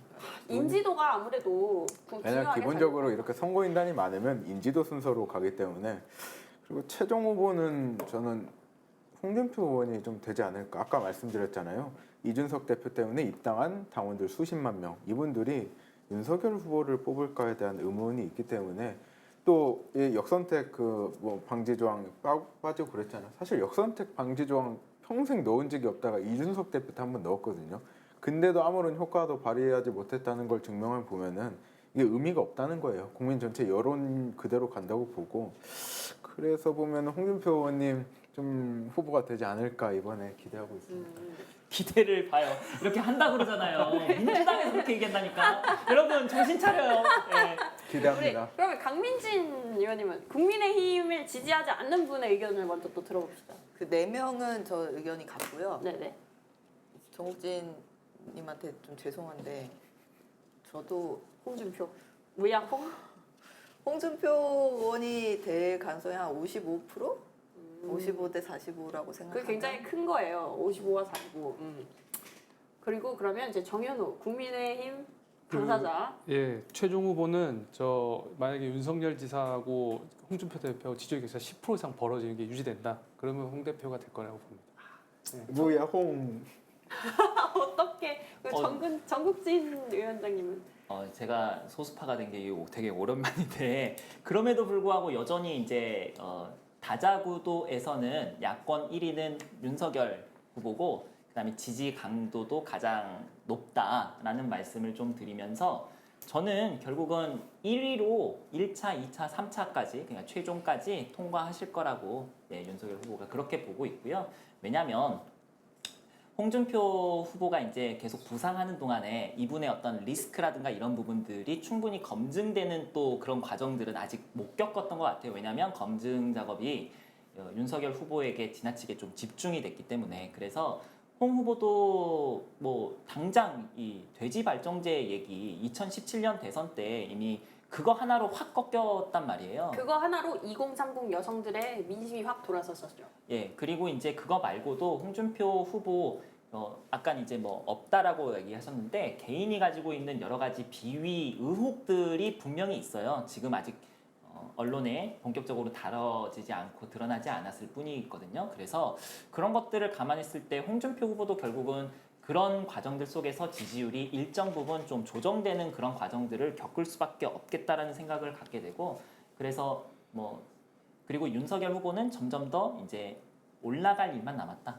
그렇게 정리할 수 있을 것 같습니다. 윤석열 총장이 아직 그 남아 있는 건 지지율이 예전에는 좀 약간 구름처럼 떴잖아요. 지금은 좀 깎였지 않습니까? 근데 지지율이 단단하게 굳어져 가는 건 맞는 것 같아요. 코어. 그러니까 계속 비난과 온갖 이슈를 계속 맞아가면서 이 지지율이 단단하게 굳어지면 그 다음 굳어진 이 지지율 다음에 얼마나 자기가 높이느냐 싸움으로 넘어갈 것 같고, 말씀대로 홍 대표는 그다음 다시 이슈가 나오면 또 금방 또 줄어드는 시간을 겪게 될 것 같고, 그러니까 10% 차이를 누가 벌리냐 싸움일 것 같아요. 거기에서 결론 날 것 같습니다. 사실상 그 국민의힘을 지지하시는 분들이 사실상 국민의힘을 진짜 좋아하고 국민의힘이 정말 일을 잘하는 것 같아서 지지를 한다기보다는 정권 교체를 희망하는 경우가 좀 더 많은 것 같아요. 요즘 사람들 여론을 들어보면. 근데 이제 정권 교체를 희망하시는 분들이 계시다면 결국에는 누가 됐든 최종 후보를 뽑으시는 게 맞죠. 이제 저희가 프로듀스 101 하는 게 아니잖아요. 자, 오늘 코로나 상생 국민지원금을 둘러싼 논란과 국민의힘을 중심으로 한 대선 판도의 변화에 대해서 이야기 나눠보았는데요. 먼저 정현호 대표님, 오늘 토론 어떻게 보셨나요? 항상 그 예측하는 게 제일 힘든 것 같습니다. 그쵸. 네, 돗자리 펴야죠. 맨날 맞으면. 끝나고 나면 이제 한번 또 죄송합니다 사과해야 될 것 같기도 하고 어쨌든 좀 오늘도 이렇게 좋은 대화 나눌 수 있어서 좋았습니다. 강민진 대표님은 어떻게 보셨나요? 제가 뭐 딱히 뭐 홍준표 후보가 더 좋고 뭐 누가 더 안 좋고 이런 건 없고요. 그렇죠. 이제 객관적으로 정확하게 제3자의 입장이에요. 어떻게 보면 이 중에서 가장 정의당은 가장 제3자의 입장이기 때문에 우리 정의당도 지금 경선 중이니까 우리 심상정, 이정미, 황순식, 김용기 후보 나와 있습니다. 아마 심상정 후보랑 이정미 후보는 들어보신 분들도 계실 것 같은데 인지도가 높으시죠. 네, 많이 관심 가져주시면 감사하겠습니다. 정의당 내에서 누가 후보가 되실 거라고 예상하고 계십니까? 그런 발언은 제가 하면 안 돼요. 그쵸 이제 이런 것도 내부 분위기를 들어야 예민합니다. 자, 그러면 이제 박영훈 위원장님 어떻게 생각하세요? 민주당도 경선이 진행되고 있죠. 네. 국민선거인단 포함해서 200만이기 때문에 이게 국민 여러분들의 관심이 뜨거운 것 같아요. 오늘은 야권 이야기를 주로 했는데 민주당 이야기를 하지 못해서 굉장히 아쉽고요. 그러면 다음에는 민주당을 까는 얘기를 해보는 많이 걸로. 좀 해주시면 제가 잘 이야기하겠고요. 네. 홍준표 의원님, 윤석열 총장님 이렇게 계신데 어느 분이 되더라도 좀 좋은 정책 가지고 나라 비전을 홍준표 의원님은 비전 같은 거 많이 밝히신 것 같아요. 윤석열 후보도 좋은 토론 기대하고 있습니다. 3자 입장에서 객관적인 의견 감사합니다. 우리 그 정국진 위원장님은 어떻게 보셨나요? 마지막으로. 제가 오늘 칼을 준비했다고 했는데 바로 조성은 씨와 관련된 칼이었어요. 네네. 그런데 결국은 꺼내지 못하고 이 토론을 마무리하게 돼서 굉장히 아쉬운데, 아쉬운 분들은 저의 개인 방송. 언제 개인 방송 언제 하시나요? 개인 방송. 몇 매일 밤 11시에 하고 있습니다. 이따 11시에 또 하시나요? 오늘은 못 하고 오늘 안 하고. 내일 내일 밤 11시에 공개하도록 하겠습니다. 네, 이제 굉장히 디테일한 부분까지 알고 계시니까 저도 보러 가야겠어요. 11시 감사합니다. 진짜 지금 수요일 밤 적고요. 11시. 네. 자, 정국진 아프리카 TV에서 정국진 찾아주시고요.